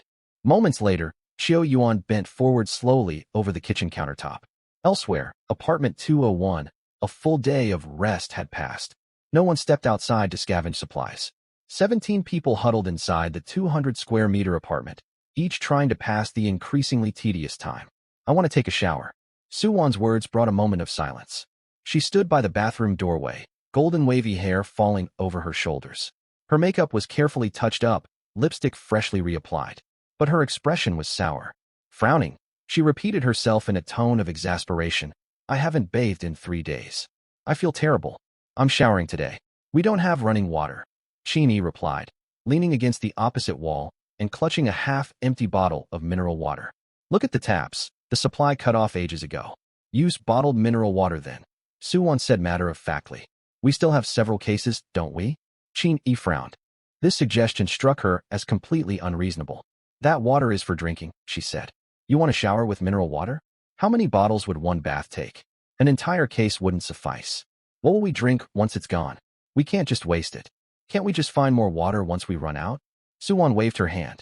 There are so many households in this building. Every family has a few cases of water, don't they? Bottled mineral water is everywhere. Is there any need to be so stingy about it? Qin Yi was left speechless by her words. It took her 2 seconds to reply. It's easy for you to say that. We had leftover water when Lu Yuan was here a few days ago, but that's only because he carried it up. Who's going to haul it now? We can go get some tomorrow. It's not a big deal. As Suwon spoke, she reached for the supply crate to grab some water. Wait. Gulan stood up from a chair in the corner. Her tone was calm, yet the aura forged from years in the business world overpowered Suwon instantly. Suwon, Qin Yi is right. The mineral water is for us to drink, not for bathing. If we ration a whole case, it can last several days. You'd drain it all in one shower. Suwon's expression stiffened. She shot Gulan a glance and did not dare talk back outright, but she pouted and mumbled. There's no need to make such a big fuss over nothing. It's just a shower. This is not overreacting, Gulan said steadily yet firmly. Supplies are supplies. We have to prioritize how and where we use them. Her words hung in the air. Suwon's irritation lingered, but several others spoke up in her defense. Sister Lan, you're being far too tense. Tangshur sat up from the carpet and casually fiddled with her fingernails. I used Evian just to wash my face before. Bottled water isn't all that rare. Exactly, another woman chimed in. We all lived in places like this. Who didn't use premium water back then? Qin Yi, don't call me dramatic. I remember your family only used imported water for brewing tea. It's normal to worry about supplies, but being overly anxious will just make everyone miserable, someone else added. It's only one case of water. We can head down tomorrow to get more. No need to act as if we're about to die of thirst. Gulan stared at the women crowding around to defend Suwon. She pressed her lips together and said no more. She could tell that to these people, the so-called supply shortage was still viewed as something easily fixed by a trip to the supermarket tomorrow.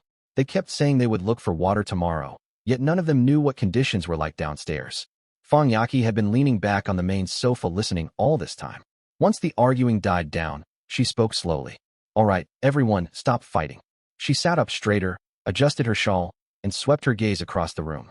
Her tone was gentle, as if soothing children. We're all sisters. Is it worth bickering non-stop over such trivial matters? The room fell silent, all eyes turning to her. I understand the urge to take a shower. Fang Yaqi glanced at Suwon. It truly is uncomfortable going days without washing. But Sister Gulan also has a point. We need to conserve supplies. She paused and smiled, offering a solution. Here's what we'll do. Hold on for today. Tomorrow, we'll all go out together to search for supplies. We'll bring back plenty and stock the apartment to the brim. Once we have enough water and food, you can shower as often and as long as you like. So let's put an end to this argument for now. Rest up and save your energy for a big scavenge tomorrow. Suwon's temper faded after hearing Fang Yaqi's compromise. Her expression softened. She muttered fine, turned around and sat back down, dropping the topic of showering. Qin Yi also fell silent. She set the water bottle beside the supply pile and sat down. The dispute dispersed just like that. Yet Gulan stood in the corner. She watched Fang Yaqi lean back against the sofa to close her eyes. Then she looked at Su Wan and Tang Shi discussing what shoes would be easiest to wear downstairs tomorrow. Her gaze drifted to the supply crates, which were noticeably depleted. Her mouth tightened. No emotion showed on her face, yet a cold chill rose inside her. When these women gathered, they talked of sisterhood, unity, and sticking together. But the moment real troubles arose, they fractured immediately. Some craved showers, others prioritized drinking water. Some thought supplies were abundant, while others refused to lift a finger and expected others to provide for them. They claimed they would search for supplies tomorrow, yet no one brought up who would lead the way, where to go, or what to do if they encountered monsters. Fang Yaqi had swept all conflicts under the rug with a simple, "We'll deal with it tomorrow," never stopping to think about how they would survive that tomorrow. Gulan turned her head. Through a gap in the curtains, she glimpsed the dark crimson sky outside. Qiu Yuan had made the right choice to leave. If they stayed here much longer, this group might not survive a week, and she herself needed to seriously consider her other option. Elsewhere, a stark contrast to the noisy chaos in Unit 201 hung over Lu Yuan's safe house, silence. Qiu Yuan had been worn out completely over the day. She only managed to fall asleep around 4 or 5 in the early hours. After waking, Lu Yuan pulled her against him by the waist before they made love. More rounds followed after their meal, draining every last bit of her stamina. When it was over, she stepped out of the shower, collapsed onto the bed, and fell fast asleep. Lu Yuan, however, still brimmed with energy. Enhanced by the system, his strength and endurance had grown exponentially. He took out the large toolbox rewarded by the system and set to work. Tools were laid out before him. For thickened steel bars, 2 sets of anti-explosion lock cylinders, a box of door bolt latches, several window frame reinforcement fittings, a rechargeable electric drill, and a pack of expansion bolts. Lu Yuan picked up the drill and weighed it in his hand. He held up a steel bar to measure its length, forming a rough plan in his mind. He stood and began reinforcing the doors and windows of the safe house. He worked nonstop for an hour. He was only halfway finished and about to take a break when, thud, someone knocked on the door. Lu Yuan's grip on the drill jolted. He straightened up, staying quiet, ears pricked to listen. No other sounds came from outside, but the knock sounded a second time. Thud, thud, thud. 3 steady knocks, slow and unrushed, as if someone was casually tapping the doorway. Alarm flared in Lu Yuan's mind. He grabbed the fire axe leaning against the wall, gripped it tight, with the blade forward. He crouched, crept toward the door, and pressed himself against the wall to the side. He avoided standing directly in front of it, pressing his eye to the peephole. The circular view was shrouded in murky black. Thick black fog filled the corridor, far denser than when he had gone scavenging for supplies. A figure stood outside the door. Its outline was blurred, wrapped within the mist. He could not make out its face or clothes. He could barely distinguish a human shape, standing motionless, facing the door. 5 seconds passed. The figure did not leave, nor did it knock again. It simply remained there. Lu Yuan lowered his voice and spoke. "Who's there?" Silence stretched on for 2 seconds outside. Then the blurry figure moved, as if tilting its head toward the peephole. A voice drifted out of the fog, intermittent and hoarse, yet undeniably human. I live on the 18th floor." Lu Yuan did not loosen his hold on the axe. "I fled up from downstairs." The voice continued slowly. "Can you help me? Just open the door and give me some food." A resident from the 18th floor. Lu Yuan's mind raced. He had visited the 18th floor many times. Though several apartments remained unsearched, he had checked most of them. There was no way anyone alive could still be there. Lu Yuan stared at the figure through the peephole. After 2 seconds of silence, he said, "We have no food here. Go further down the corridor to Unit 201. It's a large shelter with plenty of supplies inside." The figure outside paused. "Unit 201, further down the corridor." The voice repeated his words, as if processing the information. Then it slowly turned and shuffled deeper into the corridor. Its movements were sluggish and stiff, like a long, unlubricated machine grinding back into motion. Footsteps faded away step by step. Lu Yuan stayed pressed beside the door, watching through the peephole. Only once the blurry figure vanished from sight did he exhale a long breath. "It can talk," he muttered, heavy solemnity lacing his tone. All the monsters he had encountered before could only howl, let out shrill screams that prickled the scalp before lunging to bite. This one was different. It knocked, spoke, begged for food. If Lu Yuan had not known for certain no survivors remained on the 18th floor, he might have believed it. The world of the apocalypse was gradually changing. Once there were only monsters, yet now these eerie, speaking creatures had appeared. Conditions were growing grimmer by the day, but there was nothing he could do to alter the world. All he could do was keep reinforcing his safe house. Whatever the thing was, as long as it left him alone, he did not care. His next task was to seal his door tight. Once all the work was done, Lu Yuan took a shower. It was nearly time to rest. He returned to the bedroom. Qiu Yuan lay on the bed, her clothes askew, revealing smooth, pale skin. At the sight of her alluring figure, a faint smile tugged at Lu Yuan's lips. Having a woman beside you made all the difference in the apocalypse, especially a refined woman. The sense of accomplishment and delight when she submitted beneath him could not be matched by anything else. It brought him immense joy. Lu Yuan climbed onto the bed, wrapped an arm around Qiu Yuan's slender waist, and slowly drifted off to sleep. The window of clear daylight would arrive soon. He would rest for now, then move when the time came. Inside Unit 201, Fang Yaqi sat on the main sofa with a grave expression. For once, she took the initiative to summon everyone for a meeting. They could not delay any longer. It was time to act and gather supplies. Everyone, listen to me. Fang Yaqi cleared her throat. There must still be supplies downstairs. We have to carry them up before the black fog rises completely. The midday window of clear visibility is almost here. It's the perfect time to move. We'll split into teams, divide the work, and act fast. Her words were refreshingly pragmatic. Though they had lived pampered lives, they were not foolish. They knew if they did not retrieve goods from the lower floors soon, they would never get the chance again. But the moment they moved on to assigning specific tasks, chaos erupted. I can carry supplies. I've got decent strength. Qini spoke first, sounding eager. How much can you haul? Lin Muxue crossed her arms and asked. I can carry 3 or 4 bottles of water.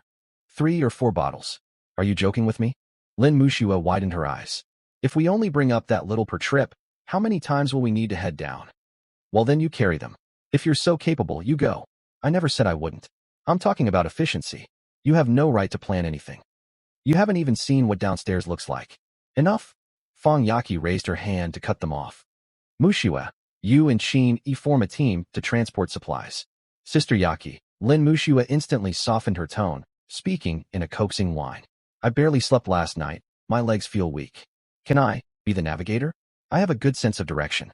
I can lead everyone the right way. Before Fang Yaqi could reply, Tang Shi cut in. What about me? I'm short. The stairwell is pitch black, and I'm scared of falling. Can I wait at the doorway? I can sort everything once you carry them up. Receive supplies my foot. Suwan rolled her eyes. You just want to stand around and wait for others to bring everything to you. Then you go. If you're so tough, head downstairs. I will. Suwan cut herself off mid-sentence. She glanced toward the door, and her voice weakened. But don't make me walk far. The stairwell is so dark. What if there are monsters if I'm alone? You're just waiting for others to work too. I'm just being cautious. Their argument grew fiercer, and the others joined. I can run fast, but I get lost easily. I'll team up with you. I know the way. You?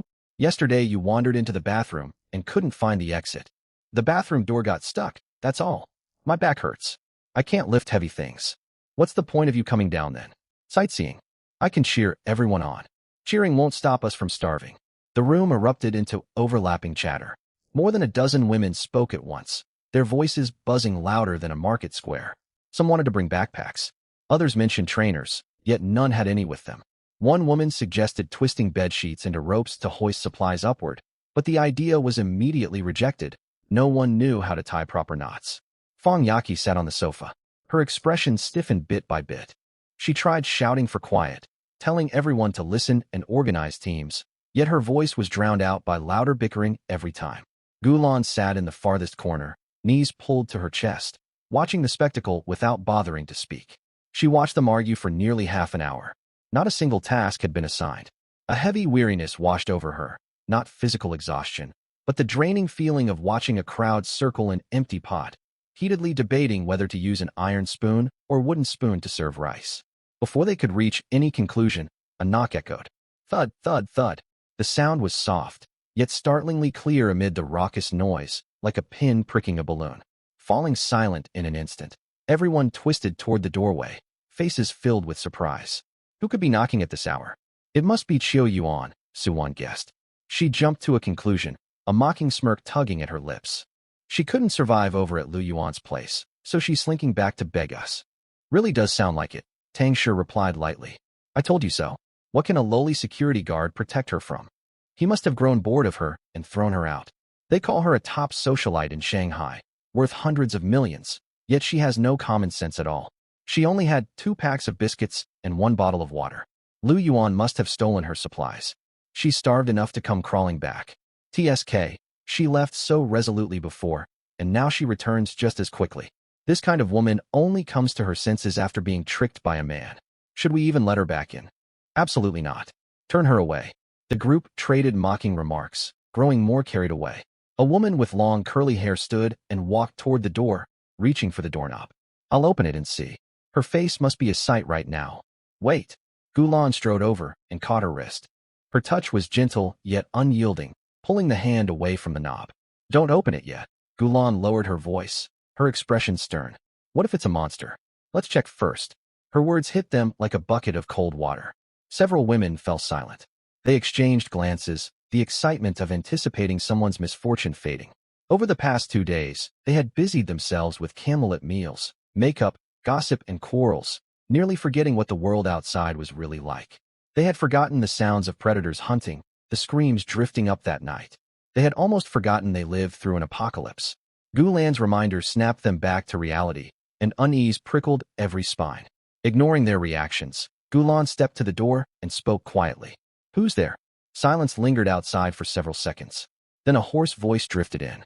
I live on the 18th floor. I fled up from downstairs. Could you spare some food?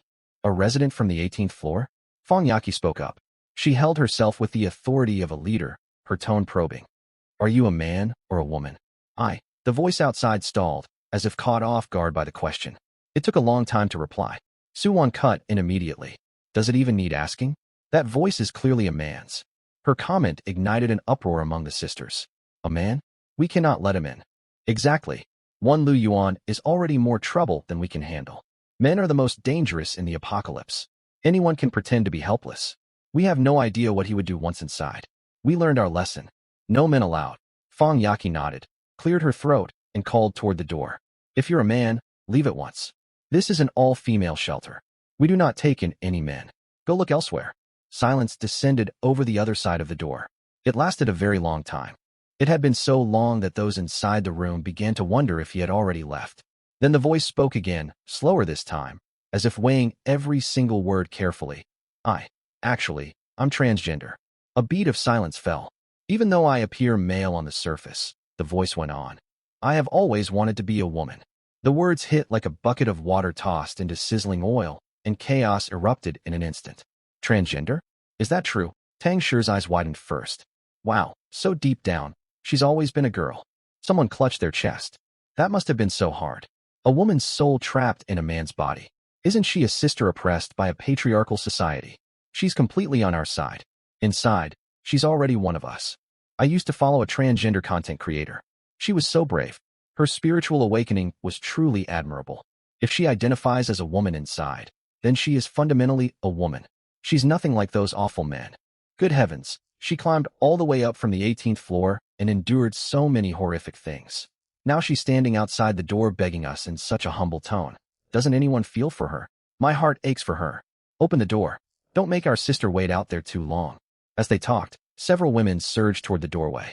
Some even began rummaging through their stockpiles for food, muttering, "Get something ready for her. Let her in first, and we'll sort everything out later." Stop right there. Gulan stood in the doorway, spreading her arms to block them, her back pressed against the door panel. She raised her voice several notches. Have all of you lost your minds? Transgender? Have any of you even laid eyes on him? Do you know if what's standing outside is human or something else entirely? Lan Jia. Tang Shi pouted. Why do you have to be such a buzzkill? They already said they're transgender. You believe whatever you're told? Gulan stared at her, her gaze sharper than a blade. What if he's lying to you? What if he isn't human at all, only mimicking human speech? Are you really going to open the door? Are you really going to open the door and let him in? Her words halted the women who had rushed up to the entrance. They exchanged glances. Their enthusiasm faded a little. Yet their faces still bore the expression that read, "You're being far too suspicious." They had seen the monsters before. None of them could speak. Whoever was outside sounded nothing like a monster. The voice from the doorway rang out once more, trembling slightly. I'm not a bad person. I just want to find some food. I truly admire all of you, independent and strong. I want to be just like you. This statement was like dropping a lump of sugar into a honey pot. rekindling fervor in those who had only just calmed down. Listen to that. How sincere. She must carry so much pain inside, enduring the agony of identity on top of surviving in this world alone. I just want to hug her. Don't be afraid, sister. We're opening the door for you right now. Several women moved around Gulan, reaching for the doorknob. Gulan stood her ground in the doorway. She stumbled backward as they pushed against her, yet she refused to step aside, gripping the handle tightly. Do not open it. Gulan's voice turned hoarse as she twisted to shout at the group. Have all of you gone mad? You'd be sold and still help count the money for the trafficker. You don't even know what waits outside this door. But no one listened. The women crowded around the doorway, chattering, urging her to move. They claimed that refusing to let the newcomer in meant discriminating against transgender people, that she was creating division, that her thinking was old-fashioned and backward. Surrounded by shouting voices, Gulan's ears buzzed. Multiple hands strained to twist the doorknob alongside hers. A faint click echoed from the lock. The moment several hands wrapped around the handle and pulled outward, a cold voice cut through the noise from behind the crowd. I dare anyone to open that door. The voice was quiet, yet icy enough. It was as if an ice shard had driven straight down from above, piercing a hole through the room's uproar. Everyone froze. All movements halted, and heads turned involuntarily toward the speaker. The woman speaking stood half a step beside Fong Yaqi, her arms folded, leaning against the wall. She was stunningly beautiful, clad in a sleek black suit with long hair, one hand tucked into her pocket. She was tall, towering over most women in the room by nearly half a head, radiating overwhelming authority. Her name was Zhang Bing, Fong Yaqi's assistant. Publicly, she was a personal assistant, but in truth, she was her bodyguard. Before the end of the world, she had traveled with Fong Yaqi for 5 years, pulling her through countless crises. Much of Fong Yaqi's confidence to lead this all-female group stemmed from this woman. At her words, silence crashed over the room. Suwon's hand hung suspended in midair. Her lips parted as if to speak. Zhang Bing's gaze drifted over and settled calmly on her face. Suwon's Adam's apple bobbed, and she pulled her hand back. Tang Shi also stepped back slightly, pretending to fix her hair, not daring to meet Zhang Bing's eyes. Zhang Bing, Tang Shi forced a nervous laugh. Hear me out. The person outside said they are transgender. I heard. Zhang Bing's tone remained flat. Then tell me, is a transgender person considered male or female? Tang Shi opened her mouth. Deep inside she is. I asked whether they count as male or female. Zhang Bing cut her off, her tone unchanged. Tang Shi fell silent. The room grew deathly quiet. Candle flames flickered, stretching everyone's shadows into twisted shapes along the walls.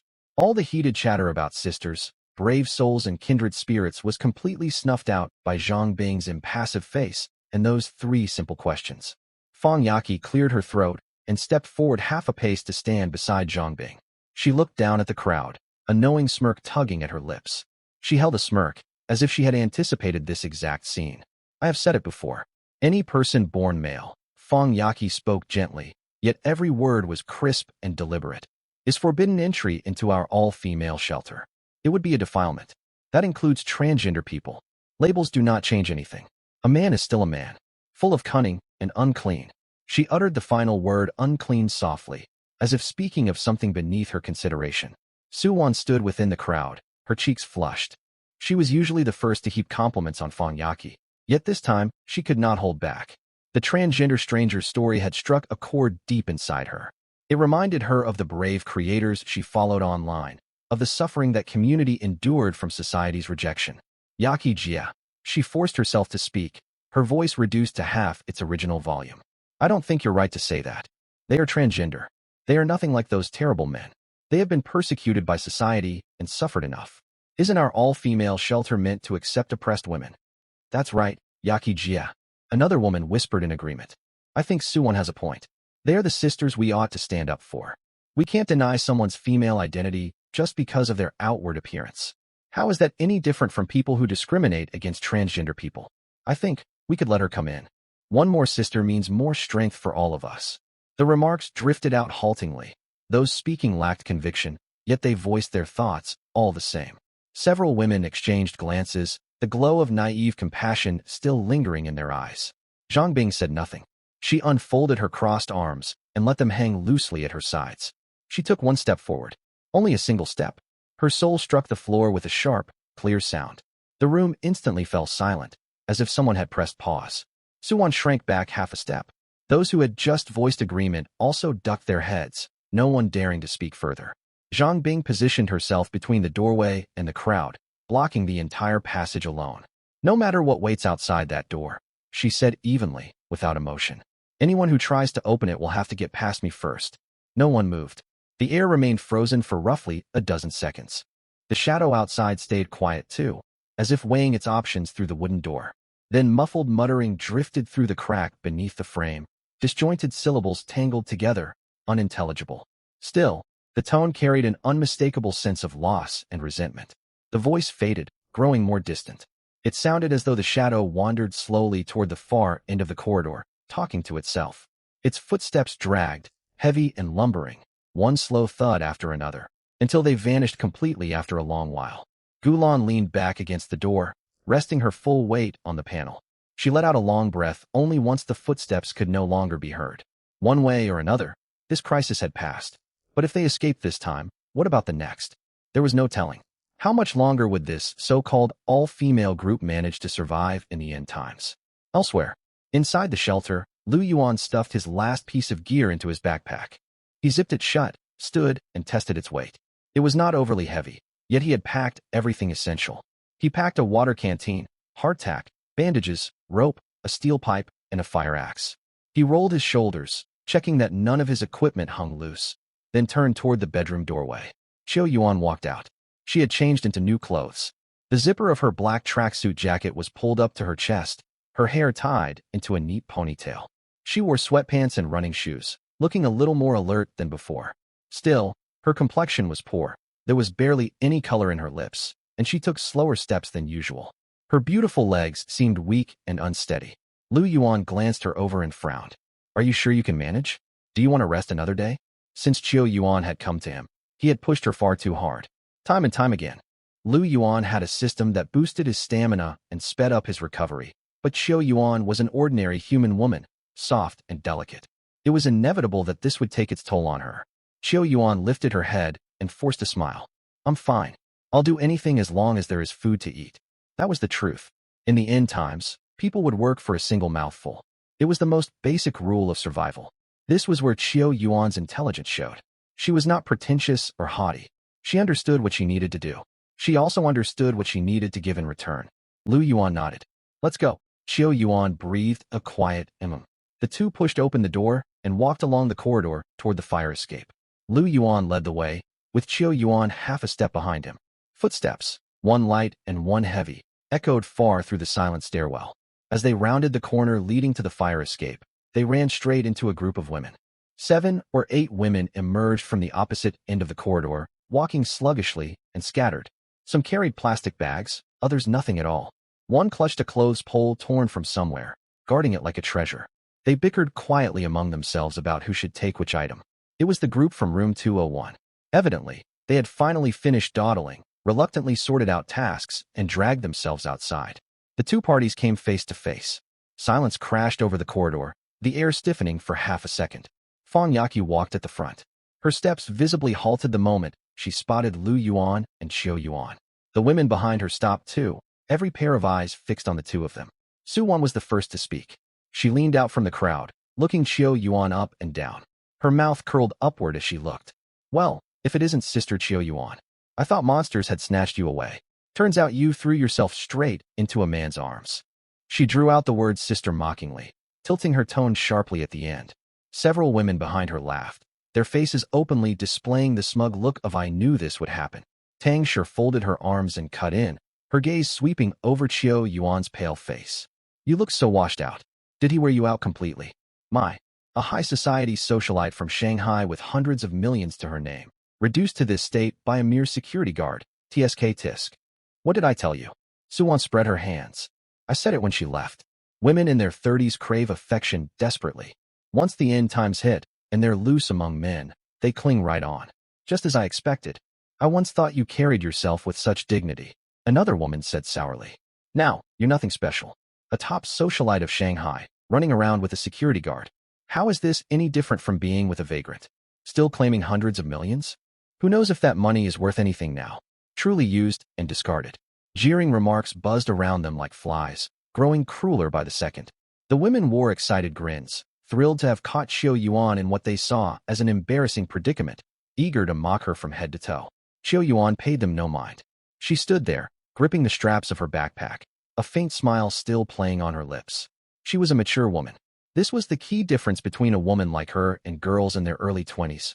She knew what mattered and what was not worth her attention at all. Surviving outweighed all idle gossip. Words could not harm her, so she simply ignored everything they said. Fang Yaqi stepped forward, lifting her chin slightly.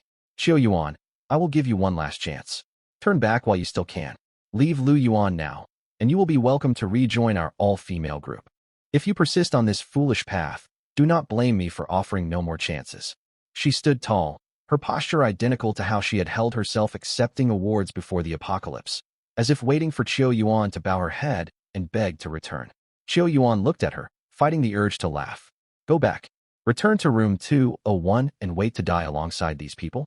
Constant hunger, endless quarrels, everyone dragging each other down, trivial conflicts blowing up into chaos. She had spent 7 days inside that room, and every minute remained etched in her memory. What would be the point of returning? To suffer more? With Lu Yuan, she had enough to eat and warm clothes. Admittedly, Lu Yuan was demanding and wild in bed, yet she did not mind. In this world, food, shelter, and protection always came with a price. Nothing in life was free. After years navigating elite social circles, Qiu Yuan understood this equation perfectly. She was about to turn down the offer when a hand suddenly closed around hers. Qiu Yuan glanced down. Lu Yuan had taken her hand. Yuan, Lu Yuan said casually, as if commenting on pleasant weather. There is no need to waste energy arguing with them. Then he pulled a Snickers bar out of his pocket with his free hand. Lu Yuan tore off the wrapper, revealing the chocolate and peanut energy bar, and held it out. Here, have a Snickers. Eat it to regain your strength. We're going down to hall supplies. He lifted the bar to her lips. Qiu Yuan froze for a moment. Then her faint smile softened into something genuine. She opened her mouth and took a bite. Chocolate melted on her tongue, and sweet crushed peanuts crunched between her teeth, bringing a long-forgotten sense of satisfaction. After swallowing, she spoke softly. Thank you, husband. She turned to look at Lu Yuan, her gaze warm and clinging. Husband, let's go. Let's go. Lu Yuan held her hand, and the two walked past the all-female group. As she walked, Qiu Yuan took another bite of the Snickers, her cheeks stuffed. Her face radiated pure contentment. The women behind them stiffened completely. Silence stretched on for several seconds, until someone swallowed loudly. Su Wan stared at the Snickers in Qiu Yuan's hand. Her eyes tracked it from Qiu Yuan's lips to her palm, then toward Lu Yuan's pocket. She clearly spotted at least 2 more bars tucked inside. Their own stockpiles had long run dry of treats like that. They had devoured all their best food during that candlelit dinner the night before. All that remained were hardtack and a handful of instant noodles they had managed to sort out late last night. A Snickers? Impossible. They had not seen a single proper snack in days. Their mouths felt so dry and tasteless they craved anything edible. Watching Qiu Yuan lean against Lu Yuan, hand in hand, being fed chocolate and peanuts, jealousy surged up, stinging far worse than the mockery they had hurled at her moments earlier. Fang Yaqi's face turned pitch black. She stared at their retreating backs, pressing her lips into a thin line. After several seconds, she forced the words out between her teeth. Bitch. Sold herself to a man for petty favors. A man-pleasing whore. She took a deep breath to suppress the bitter envy rising inside her, then raised her voice to address the women behind her. Pay no mind to this shameless pair. Search for supplies. It's only a Snickers. We will find piles of them easily. Move. Her words worked. The women who had been swallowing hard perked up instantly at the mention of countless Snickers bars, urging one another toward the fire escape. Let's go. Find the Snickers. We'll find far better snacks than those 2 bars he has. There are dozens of apartments downstairs. Any one of them will have chocolate.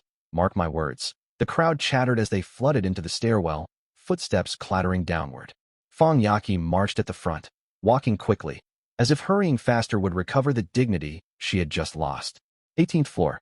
This was indeed the lowest floor, still safely accessible for activity. The 17th floor was completely cut off, swallowed by thick fog. Once the all-female group reached the 18th floor, Fang Yaqi immediately slipped into commander mode, ready to assign tasks to her followers. Work in pairs of 2. Split up and search. She stood in the middle of the corridor and swept her hand out, like a female general reviewing her troops. We've got so many people. We'll search far faster than those 2. Go through every room thoroughly. Carry off anything you can get your hands on. Don't let them beat us to it. Her arrangements certainly sounded convincing. Tang Shi paired up with Su Wan, Qin Yi with Lin Mushuang. The rest split into teams of 2, making 6 groups in total. Each team took charge of several apartments whose doors had already been broken open. Fang Yaqi stayed in the corridor to oversee and coordinate. Not far behind her, Zhang Bing leaned against the wall with folded arms, following along with a blank expression. Everyone sprang into action. They turned every ransacked apartment upside down, searching cabinets, coffee tables, nightstands, and bathrooms. Sure enough, they uncovered quite a few supplies. I found half a case of water over here. 3 packs of compressed biscuits. There's a power bank. It still works. I've got several packs of tissues. Item after item piled up in the center of the corridor. Watching the stack grow higher, a smile finally tugged at the corners of Fang Yaqi's mouth. She stood beside the pile with her arms crossed, mentally tallying everything. Water, biscuits, tissues, batteries. Altogether, they had amassed a decent haul. Once we strip every place bare, we'll see what they can do. Fang Yaqi was savoring her triumph when she caught sight of Lu Yuan and Xiao Yuan emerging from the darkness out of the corner of her eye. They walked at a leisurely pace, not looking for supplies so much as strolling down a street. They did not spare a single glance at the doorways. They passed the ransacked apartment doorways, walking straight on by. Fang Yaqi frowned slightly. What's going on? Why aren't they in any hurry?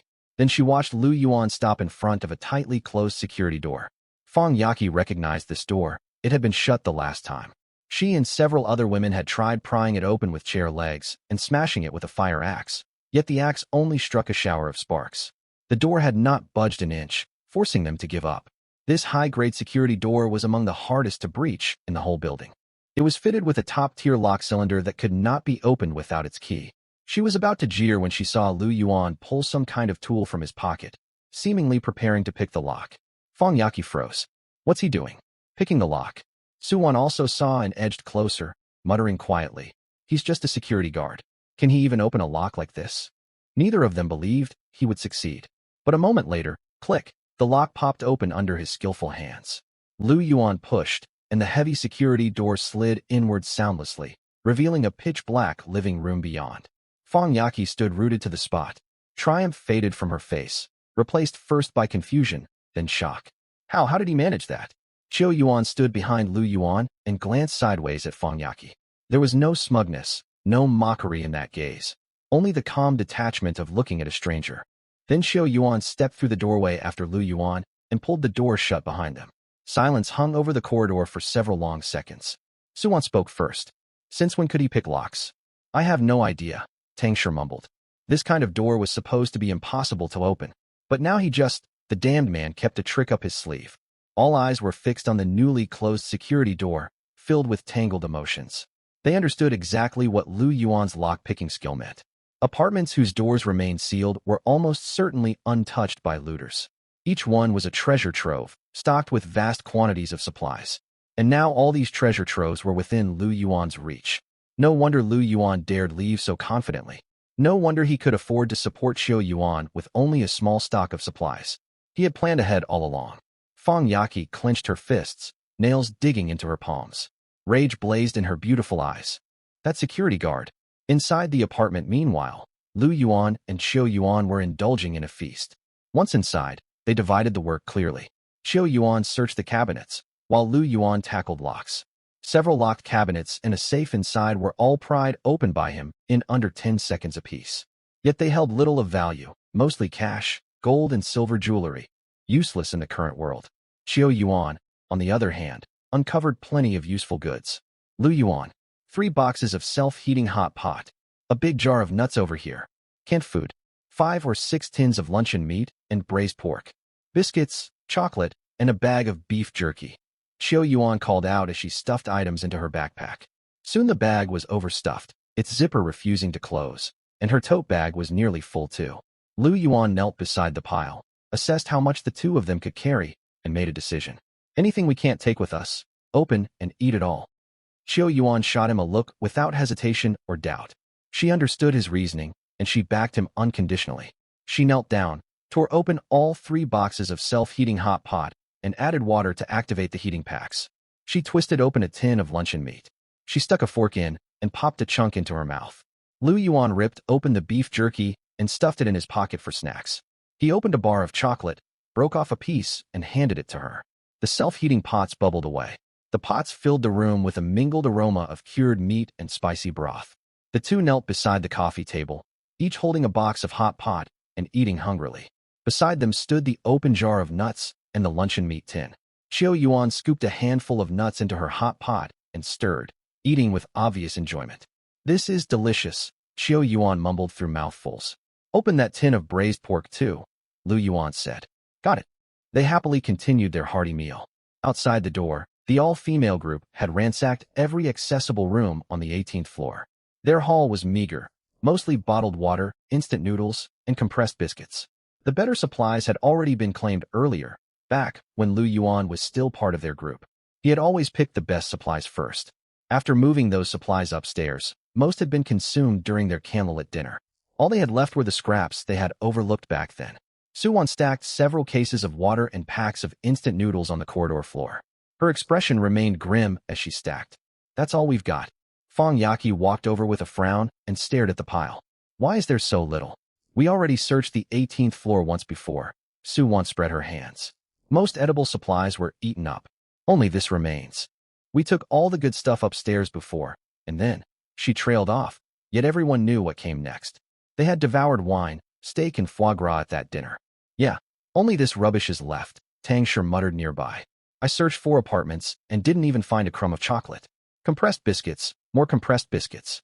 I can't stand eating this stuff. Be grateful we have food. Don't be picky." "I'm not being picky. I just want something different." Everyone stood sighing beside their pitiful pile of supplies. Some knelt and rummaged repeatedly, foolishly hoping to find something better underneath. Gulan stood at the back of the group, arms folded, leaning against the wall.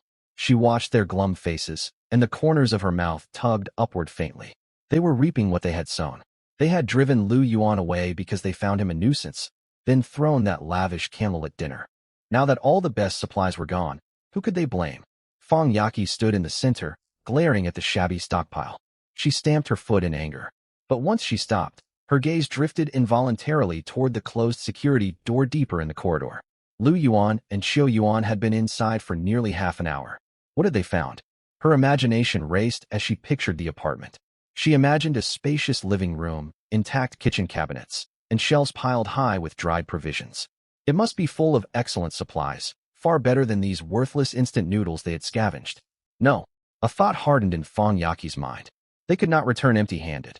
There were supplies behind that door. If Lu Yuan could pick locks, he would open one for them too. "Girls," Fong Yaki raised her voice and turned to face everyone. "We can't settle for this little. There are still dozens of locked doors on this floor. Lu Yuan knows how to pick locks, doesn't he? Make him open them for us." Her words struck the group like lightning. Those who had just been moaning lifted their heads instantly, their eyes lighting up. "That's right. He can pick locks. Tell him to open them. We all live in this building. We're residents, and he's the security guard. Isn't it only right he helps us?" "Exactly. He was employed to serve us. Now he strikes out on his own and refuses to help? That's ridiculous. Let's go wait for Lu Yuan to come out." The women instantly perked up and surged toward the security door in a noisy crowd. Gulan watched them and shook her head gently. She knew they were heading for humiliation. Lu Yuan rarely spoke much, but he acted with clear purpose. He was not the sort of man you could pressure simply by blocking his path and claiming it was his job as a security guard. With this lock-picking skill, he had more access to supplies than anyone else in the building. Why would he share his advantage? Why would he share with the very people who chased him away? Gulan settled in to watch what would unfold. Time ticked by. The women crowded in front of the door, chattering about how to approach Lu Yuan. Some said they ought to speak politely. They noted they needed a favor. Others argued there was no need for politeness, as he was paid to work for them. Their quarrel was at its loudest when there was a sharp click from the lock. The door opened. Lu Yuan and Xiao Yuan stepped out. Lu Yuan carried a bulging military backpack, its side pockets stuffed full. He also held a tote bag crammed tight, cardboard packaging poking out from the opening. Xiao Yuan walked beside him, her backpack similarly overloaded. She held 2 unopened boxes of self-heating hot pot in her arms. Her face remained relaxed and content after their hearty meal. Most notably, as soon as the door swung open, a rich aroma drifted out. Spicy broth, cured meat claypot rice, mixed with the scent of luncheon meat and nuts, spread through the corridor, stirring hunger in everyone. The all-female group, had barely eaten all day. Searching and hauling supplies had drained their energy, leaving them ravenous. The smell crashed over them, triggering a wave of hunger. Several swallowed hard in unison. Suwon stared fixedly at the two hot pot boxes, mesmerized. Fong Yaki caught the scent too. Her Adam's apple bobbed, though she gave no outward sign. Her expression only turned colder, and she tilted her chin higher. Lu Yuan swept his gaze over the crowd blocking the doorway and spoke bluntly. What do you want? Move aside. Fong Yaki stepped forward directly into his path. She tilted her head up, staring at him as though demanding his full attention, leaving no room for negotiation in her tone. Lu Yuan, open the door to the neighboring apartment for us. Lu Yuan looked at her. He paused for a second, then he laughed. It was no polite smile. He was genuinely amused, his eyes asking whether she was joking. Why should I help you? Is that part of my job? Lu Yuan asked, his voice calm. No sooner had he finished speaking than someone in the crowd cut in. You are the building's security guard. We pay huge property management fees every year. You are obligated to help us. Precisely. Suwon stepped up beside Fong Yaki, hands planted on her hips. She spoke with unshakable self-righteousness. We pay your wages. What's the trouble with opening a door? Isn't that what you're supposed to do? Exactly. Think about it. You drew a salary every month when you worked here. Our fees support you. Now you drag your feet. It's only a few doors. Opening them won't hurt you. You already know how. It would take no effort.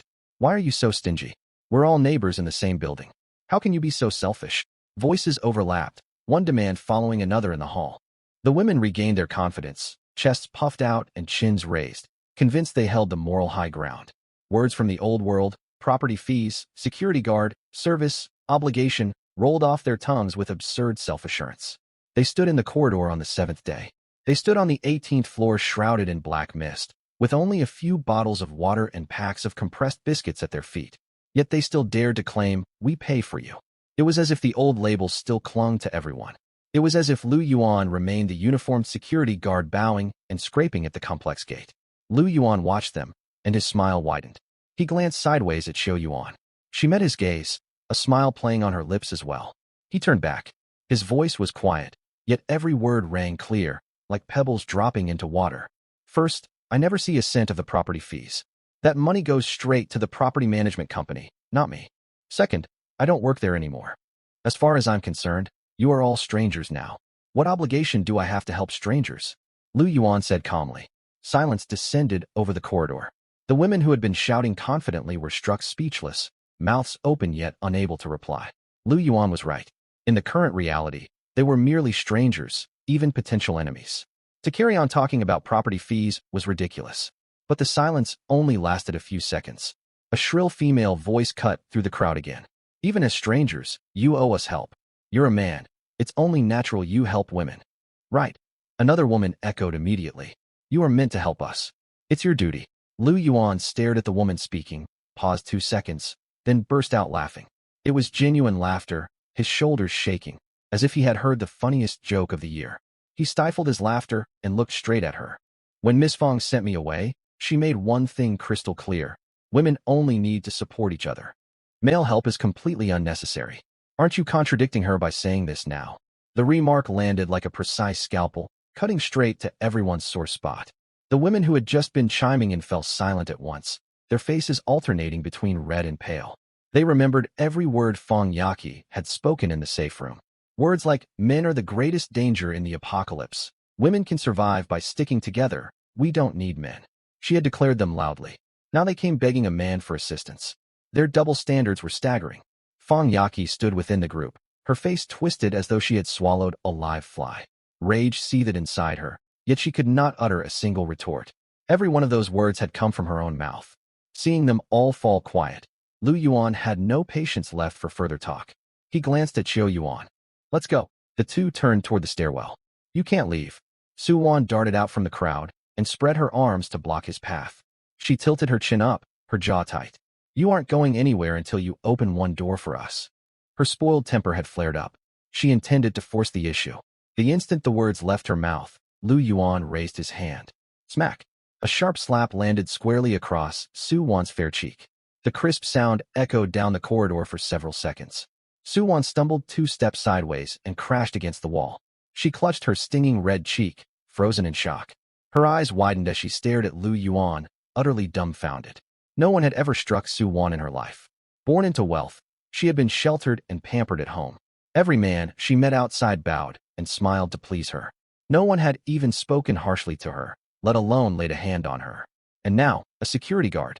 A lowly guard she would not normally spare a glance for. He had slapped her. Su Wan stood rigid, hand pressed to her cheek, unable to speak. Tears welled in her eyes, yet she was too stunned to cry. An eerie stillness fell over the scene. Every member of the all-female group was stunned, including Fong Yaqi. All stared at Lu Yuan open-mouthed, as if witnessing something that overturned everything they believed. They still thought of Lu Yuan as merely a security guard, even now. Lu Yuan had left, yet they believed they could order him around whenever they pleased. That slap, however, shattered all their delusions to smithereens. At that moment, Zhang Bing moved.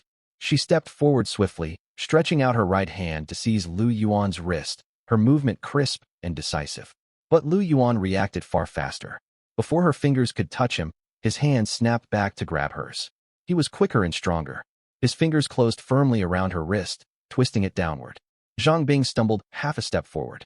As she lifted her other hand to fight back, Lu Yuan shifted her arm and pinned her shoulder from the side. The sequence looked as though he had practiced it 100 times. The whole exchange took less than 2 seconds. Zhang Bing froze. She tugged once, unable to break free. She pulled again, yet his grip was as unyielding as an iron vice. She looked up at Lu Yuan. For the first time, a crack appeared on his face. Shock, mixed with fear. This man possessed terrifying strength, far more than she had anticipated. She had practiced Sanda for 7 or 8 years. She knew full well the natural strength gap between men and women, but Lu Yuan's power transcended that ordinary divide, belonging to an entirely different league. Lu Yuan held onto her wrist and did not let go. He swept his gaze calmly over everyone present, his voice quiet and flat. "May I leave now?" No one answered. Fong Yaqi stood in the middle of the crowd, watching Zhang Bing restrained single-handedly by Lu Yuan. The last shred of confidence inside her deflated like a leaking balloon. Zhang Bing had been her final support, the very foundation that let her hold her ground among the group. Now that Zhang Bing had been subdued by Lu Yuan with one hand, what did Fong Yaqi have left? Her lips trembled. She gritted her teeth and whispered, "Let them pass." The words came out with immense difficulty, as if scraped raw in her throat before she could utter them. But she said it. The crowd parted like a receding tide, clearing a path. No one dared to block him. All their previous arrogance and self-righteousness had been wiped away by that slap and that quick hold. A truth finally dawned on them.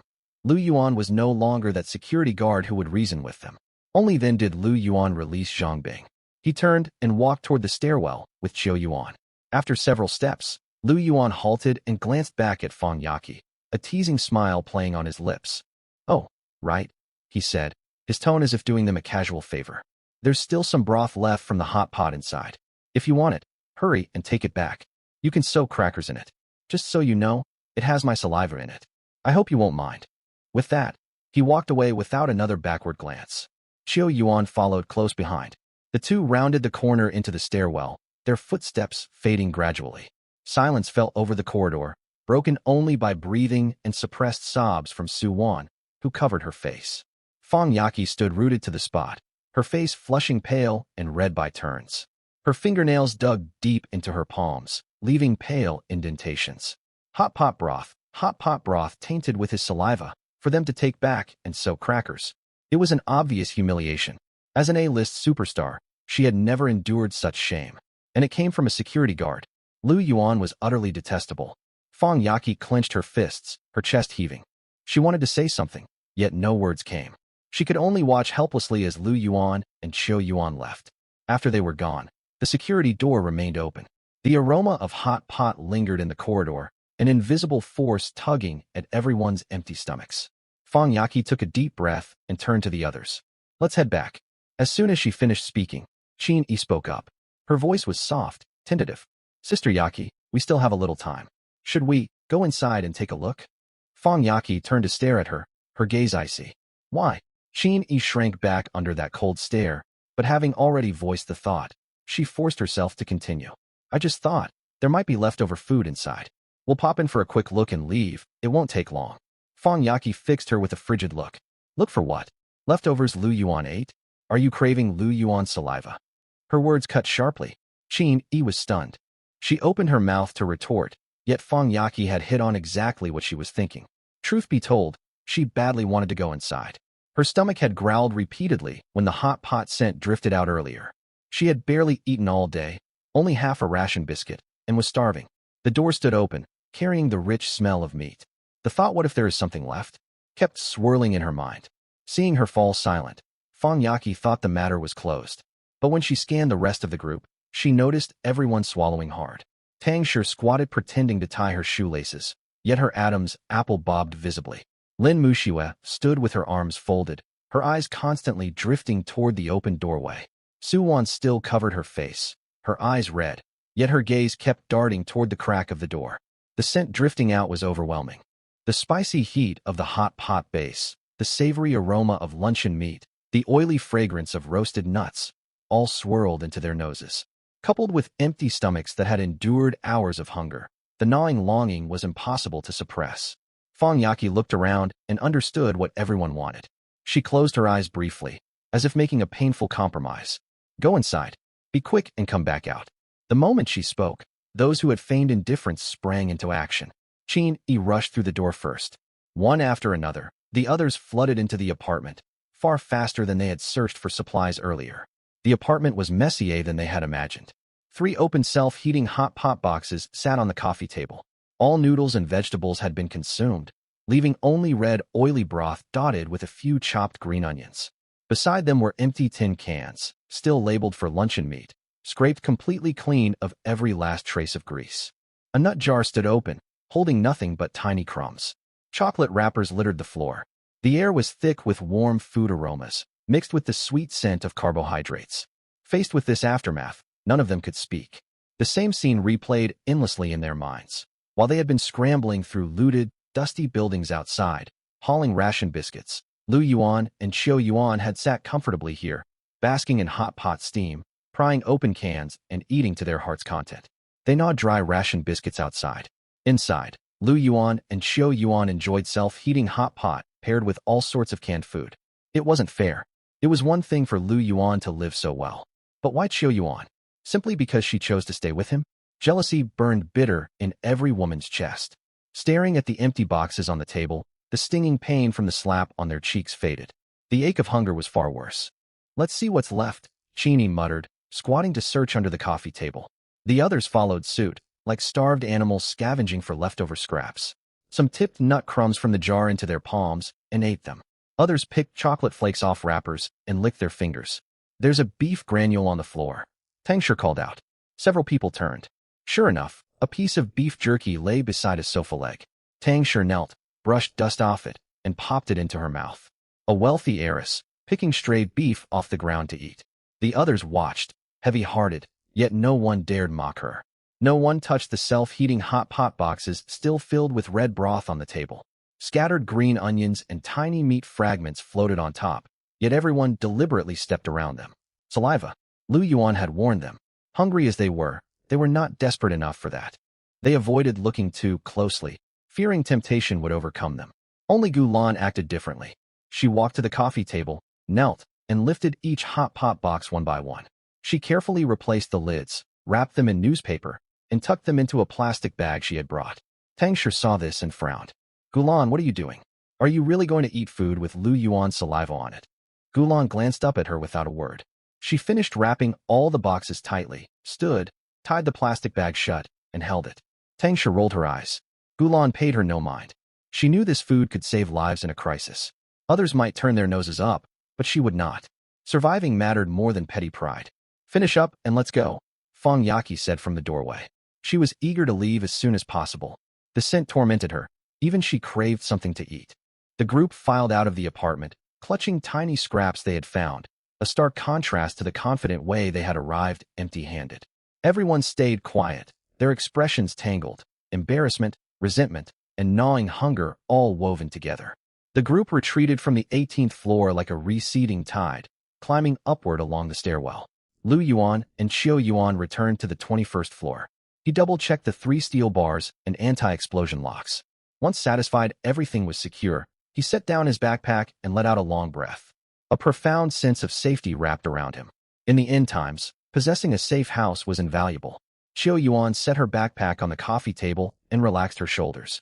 She glanced at the supplies stacked high across the living room.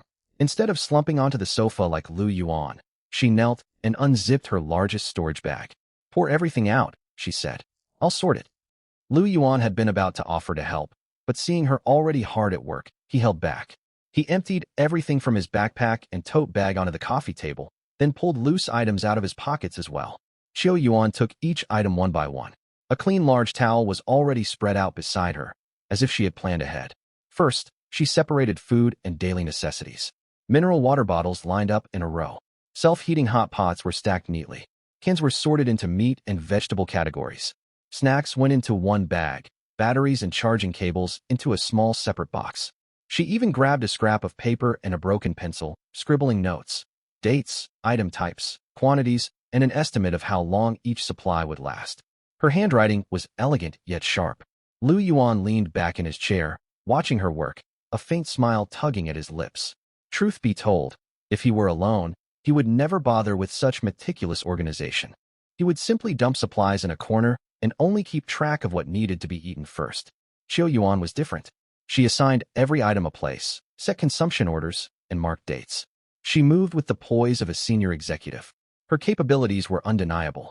As the owner of a financial firm worth hundreds of millions, organizing these supplies was child's play for her. Lu Yuan stared at her side profile, thinking that if this shelter grew larger in the future, Xiao Yuan would fill an irreplaceable role here. After some time, Xiao Yuan stacked the last can, checked her written inventory from start to finish, nodded in satisfaction, then stood and stretched.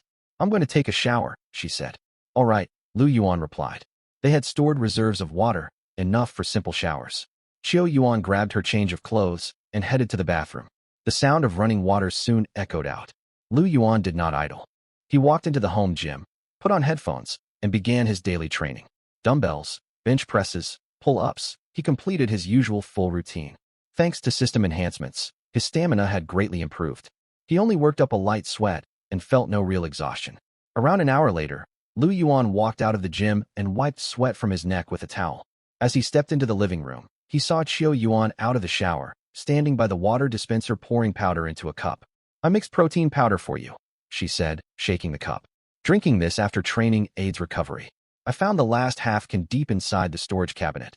It hasn't expired. Lu Yuan walked over and took the cup. It was pleasantly warm. She really was thoughtful. Lu Yuan smiled, then gently pulled her into his embrace, his gaze falling on her full figure. I'm craving something else. Xiao Yuan blushed and shot him a flirtatious glance. I don't have what you want, otherwise I'd let you have your fill. Lu Yuan laughed, drained the protein shake in one gulp, set the cup on the coffee table, then headed to take his own shower. Hot water washed away all traces of sweat. He turned off the tap, dried himself, and stepped out wearing shorts and a t-shirt. The moment he pushed open the bedroom door, Lu Yuan froze at the sight before him. Xiao Yuan had changed into a lace nightgown at some point. The fabric was so sheer it was almost transparent. She wore nothing underneath. Her figure was stunning by any standard. Clad in such thin nightwear with no undergarments, her graceful curves and fair skin created an overwhelming visual impact. Most of all, Xiao Yuan knelt halfway on the floor, resembling a docile kitten waiting for her master's affection. Lu Yuan stepped closer, and Xiao Yuan lifted her head. A hazy glow settled over her exquisite, beautiful face. Where did you get this dress? Lu Yuan asked after studying her carefully. I found it in that room earlier. I thought it might come in handy, so I brought it back. Xiao Yuan's eyes glistened. Do you like it? Lu Yuan's gaze burned with desire, a smile curling his lips. Mature women certainly knew how to captivate a man. He tilted her chin upward, his grin widening. I like it very much. The next second, Lu Yuan leaned down and kissed her. Their lips met. Before long, they became tangled in a passionate embrace. Meanwhile, at the far end of the corridor on the 21st floor, the atmosphere inside room 201 could not have been more different. The group trudged back inside. Everyone collapsed onto sofas, carpets, and corners. No one spoke. A suffocating low pressure hung in the air. Suwon plopped onto the floor, leaning against a sofa leg. She clutched the half bottle of mineral water she had picked up on the 18th floor, staring at it without twisting open the cap. Tang Shi, still stinging from the slap, curled up in the corner with her knees drawn to her chest, red-eyed and lost in thought. Qin Yi leaned her head back against the sofa and stared at the ceiling, drained of all energy. The others were in much the same state. Some stared blankly at the ground. Others clutched ration biscuits they had found, but could not bring themselves to unwrap. The supplies they had hauled lay scattered by the door, less than 1/5 of what they had enjoyed at their candlelit dinner the night before. Reality had shattered all fantasies. No one voiced it, yet the same thought weighed on every mind. Would they truly survive? The question hung in their heads like a thin shard of ice. It was the 7th day since the end times descended. No planes, no rescue teams, no broadcasts, no mobile signal. Trapped inside this building, they bickered over single packs of ration biscuits. Qiu Yuan had left them. Since siding with Lu Yuan, she ate well and stayed warm, able to enjoy as many self-heating hot pots as she wished. Meanwhile, they sat on cold floors gnawing dry ration biscuits. The carefree sisterhood atmosphere faded from every face, revealing the truth beneath. Panic, confusion, helplessness. It finally sank in. Rescue might never arrive. They might never be saved. They needed to focus on one thing, staying alive. Fang Yaqi sat on the sofa, clearly sensing this shift. She scanned every face in the room, her heart sinking. She stood, clapped her hands, and raised her voice. Don't lose hope, everyone. All eyes turned toward her. We failed this time, but one setback means nothing. Fang Yaqi spread her arms wide. She posed as if standing center stage waiting for applause. As long as we sisters stand united, we can overcome any hardship. Lu Yuan is just one man, and he managed to survive. How could the 17 of us sisters possibly fail? She took a step forward and went on. Every single one of us girls is our own leading lady. As long as we hold fast to that belief, we will definitely stay alive inside this building. Her words rang out powerfully, brimming with emotion. Su Wan's eyes lit up and she sniffled. Tang Shi lifted her head from the corner. Several women exchanged glances. The panic that had just begun to creep over them eased slightly after hearing her speech. Seeing it was working, Fang Yaqi's lips tugged upward into a faint smile, and she added another line. Stay calm, everyone. Everything is still under control. We were simply unprepared today. Tomorrow we will turn things around. Yet she did not say a single word about exactly how they would turn things around, what plans they had for the next day, or who would carry out any tasks. Even so, those words were enough for some of the women. Many of the young women craved this empty, emotional reassurance, clinging to fantasies of a brighter future. No one knew how to put any of it into practice. Only a handful watched on with flickering eyes, refusing to get swept up in the excitement. Gulan sat in the corner, gnawing on compressed biscuits. She watched the group reinvigorated by Fang Yaqi's words, her thoughts hidden away. Zhang Bing stood leaning against the wall, sweeping her gaze over everyone with a blank expression, saying nothing. The night passed like this. The next morning, the sky remained perpetually dark. One by one, the women inside the room woke up. None of them had slept well. Most had tossed and turned through the night in a half-slumber, their stomachs growling relentlessly. Zhang Bing stood beside the pile of supplies, handing out breakfast portions. One block of compressed biscuits for each person. A small half-cup of water apiece. We're eating this again. Su Wan took the rock-hard biscuit and stared at it, unable to hide her disgust. Why is it always this stuff? It has no flavor at all. Chewing it feels like gnawing on wall plaster. I agree. Tang Shi frowned. Where are the instant noodles? Weren't there still some left? Let's boil them. I want something warm to eat too. I've had these compressed biscuits so many times my throat is rebelling. Complaints erupted one after another, like a crowd of hungry children throwing tantrums. Zhang Bing broke off a piece of biscuit for herself, popped it into her mouth, chewed and swallowed it. Her tone was as flat as if she were delivering a work report. We're saving the instant noodles for when we head out at noon. Moving outside burns plenty of energy, and we need extra calories then. While we stay indoors, compressed biscuits will suffice. She did not speak much, but her tone left little room for argument. Zhang Bing rarely smiled on ordinary days. Though the women resented her words, none dared talk back to her face. Su Wan pouted and took a sulky bite of the biscuit. There was a sharp crunch. After a couple of chews, her frown deepened. It tasted awful, dry and bland, scraping her throat as she swallowed.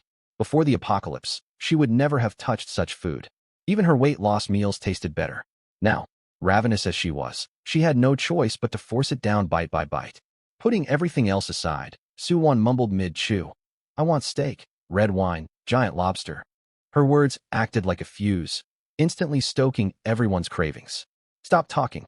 You're only making me hungrier. Back home, my maid would pan-fry steak and serve it to me. I never even set foot in the kitchen. I miss lobster too, garlic steamed, or baked with cheese. The aroma was incredible. Does anyone remember that French restaurant we went to before everything fell apart? Their foie gras was perfect. Ugh, don't keep going. I'm practically drooling. The more they talked, the hungrier they grew. As they chewed their compressed biscuits, their minds filled with images of steak, wine, lobster, and foie gras. Before the apocalypse, these foods were ordinary luxuries to them. They would even grow tired of eating them. Now, they would eat a bowl of hot pork knuckle rice with tears in their eyes if it were set before them. But reality was unforgiving. All they had in front of them were rock-hard biscuits and half a cup of cold water. Hey, someone suddenly spoke up. Where's Moo Moo? Has anyone seen her? The question stunned everyone. They quickly glanced around the room. She was not on the sofa, not in the corner. The bathroom door stood open, empty.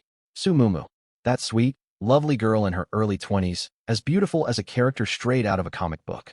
She rarely spoke within the group, quietly staying tucked away in corners, easy to overlook, but her sweet face was unforgettable. More importantly, she had been one of the 3 women who opposed forcing Lu Yuan out of the group. And now she was gone. Could she be in the bathroom? No, the door's open. It's empty. She was here last night. I'm sure she slept over by the sofa. No one saw her when we woke up this morning. The women exchanged uneasy looks, a terrible premonition settling deeper in their hearts. Gulan sat in the corner, still holding her unfinished compressed biscuit. She lifted her head when she heard Su Moo Moo's name. The girl's sweet oval face appeared in her thoughts, the quiet figure always huddled silently in the corner. She is far smarter than any of you realize. The thought crossed Gulan's mind. Su Moo Moo had not raised her hand during the vote. She had not uttered a word when Lu Yuan left. While everyone partied and celebrated last night, she must have already made her choice. Gulan took another crunching bite of biscuit and chewed slowly.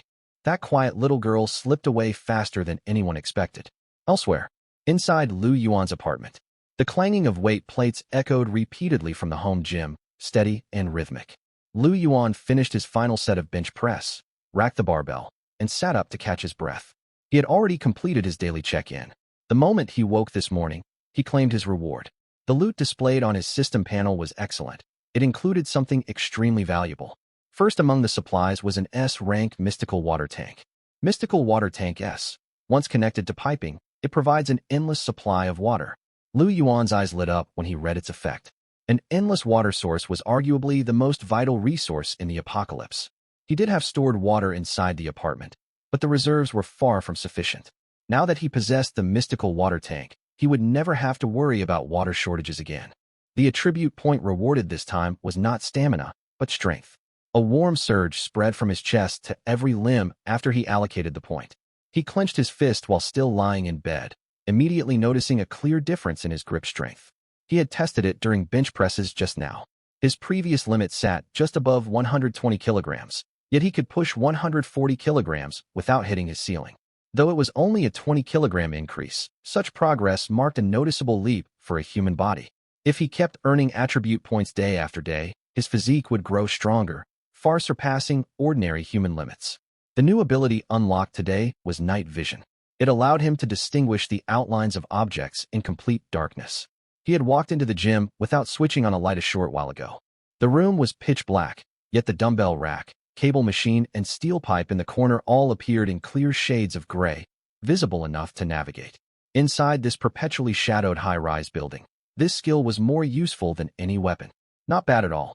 After finishing his workout, Lu Yuan headed for a shower. He walked into the bedroom and installed the mystical water tank following the system's instructions. Once connected, water quickly circulated through all plumbing in the apartment. From now on, Lu Yuan would no longer ration water, even for bathing. He could take a proper, satisfying shower. After washing, he dried his neck and chest with a towel, changed into a dry t-shirt, and stepped out of the bathroom. Sounds drifted over from the kitchen. Qiu Yuan was cooking. She knelt in the kitchen corner beside a shallow basin, holding water used to wash vegetables. A few stray leaf fragments floated on the surface. Carefully, slowly, she poured the gray water into another bucket, moving with extreme caution so not a single drop spilled. 2 empty bottles sat nearby, waiting to be filled with the vegetable wash water to flush the toilet later. Lu Yuan walked in from the living room and witnessed the scene. Water was an extremely precious resource in the apocalypse. That explained why Qiu Yuan saved every drop. But those days were over. He leaned against the doorframe and watched her for a moment before stepping forward and gently wrapping his arms around her waist from behind. Qiu Yuan's movements paused at his embrace, yet she soon resumed pouring the water, a faint smile tugging at her lips. What is it? Sympathy colored Lu Yuan's voice. You don't need to save water so strictly anymore. She stopped what she was doing and turned her head to look at him. Why? Our water is almost gone. If we don't conserve, how will we survive later? She spoke earnestly, long accustomed to rationing every single drop. She had even made plans in her head. If they ran out of recycled kitchen water, she might have to venture outside to collect mist. Though Qiu Yuan was a wealthy socialite worth hundreds of millions, she was also a diligent, practical woman. Lu Yuan smiled, released her, and walked over to the kitchen counter. He reached out and twisted open the tap. Clatter. Clear running water gushed out. The flow was not massive, yet steady and constant.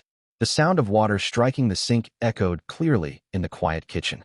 Qiu Yuan stayed kneeling where she was, her mouth falling slightly open, astonishment shining in her beautiful eyes.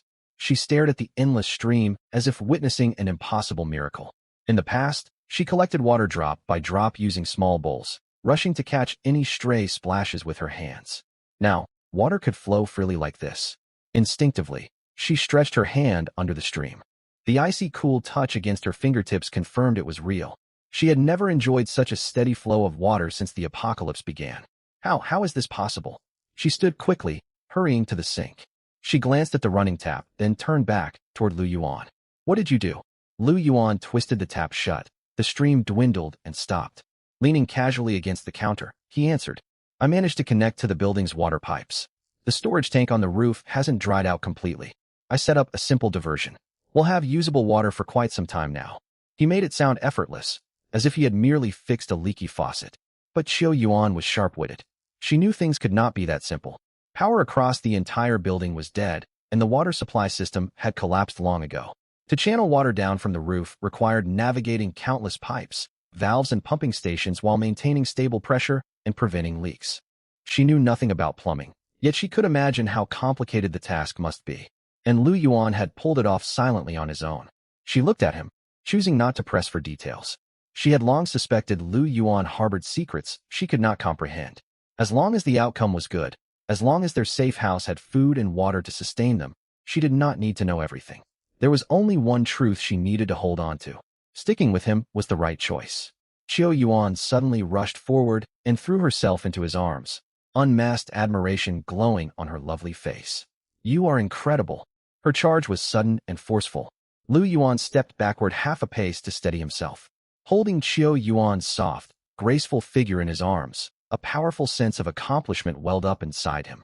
The mystical water tank was only the first step. With his system, he could gradually turn this refuge into a genuine fortress. Unlimited water, unlimited electricity, unlimited energy, perhaps all within reach.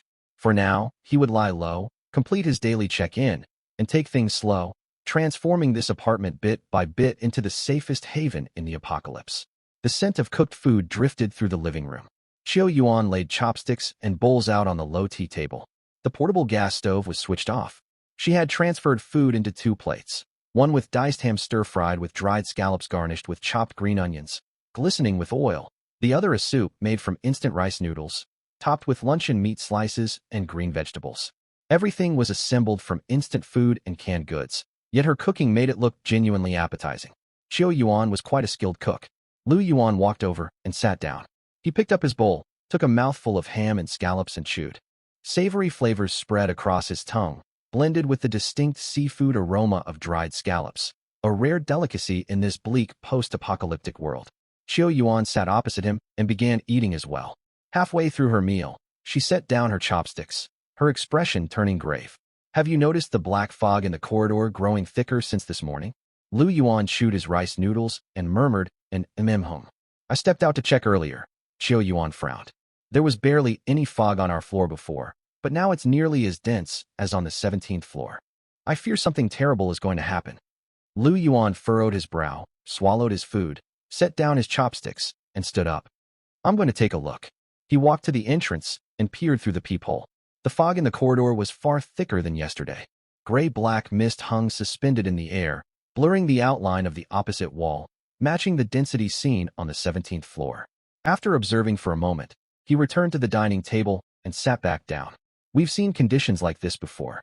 He picked up another mouthful of food and spoke casually. On the 3rd day, the 21st floor was completely flooded with black fog, far denser than it is now, as if submerged in ink. Everyone panicked back then, convinced we were doomed. But the fog receded not long afterward. Qiu Yuan had not joined him yet at that time. She had been hiding alone, unaware of the shift. It retreated? Yes. Lu Yuan nodded. My guess is this sudden surge of fog differs from the slow, creeping kind. The abrupt surges sometimes pull back, rolling in and out like tides.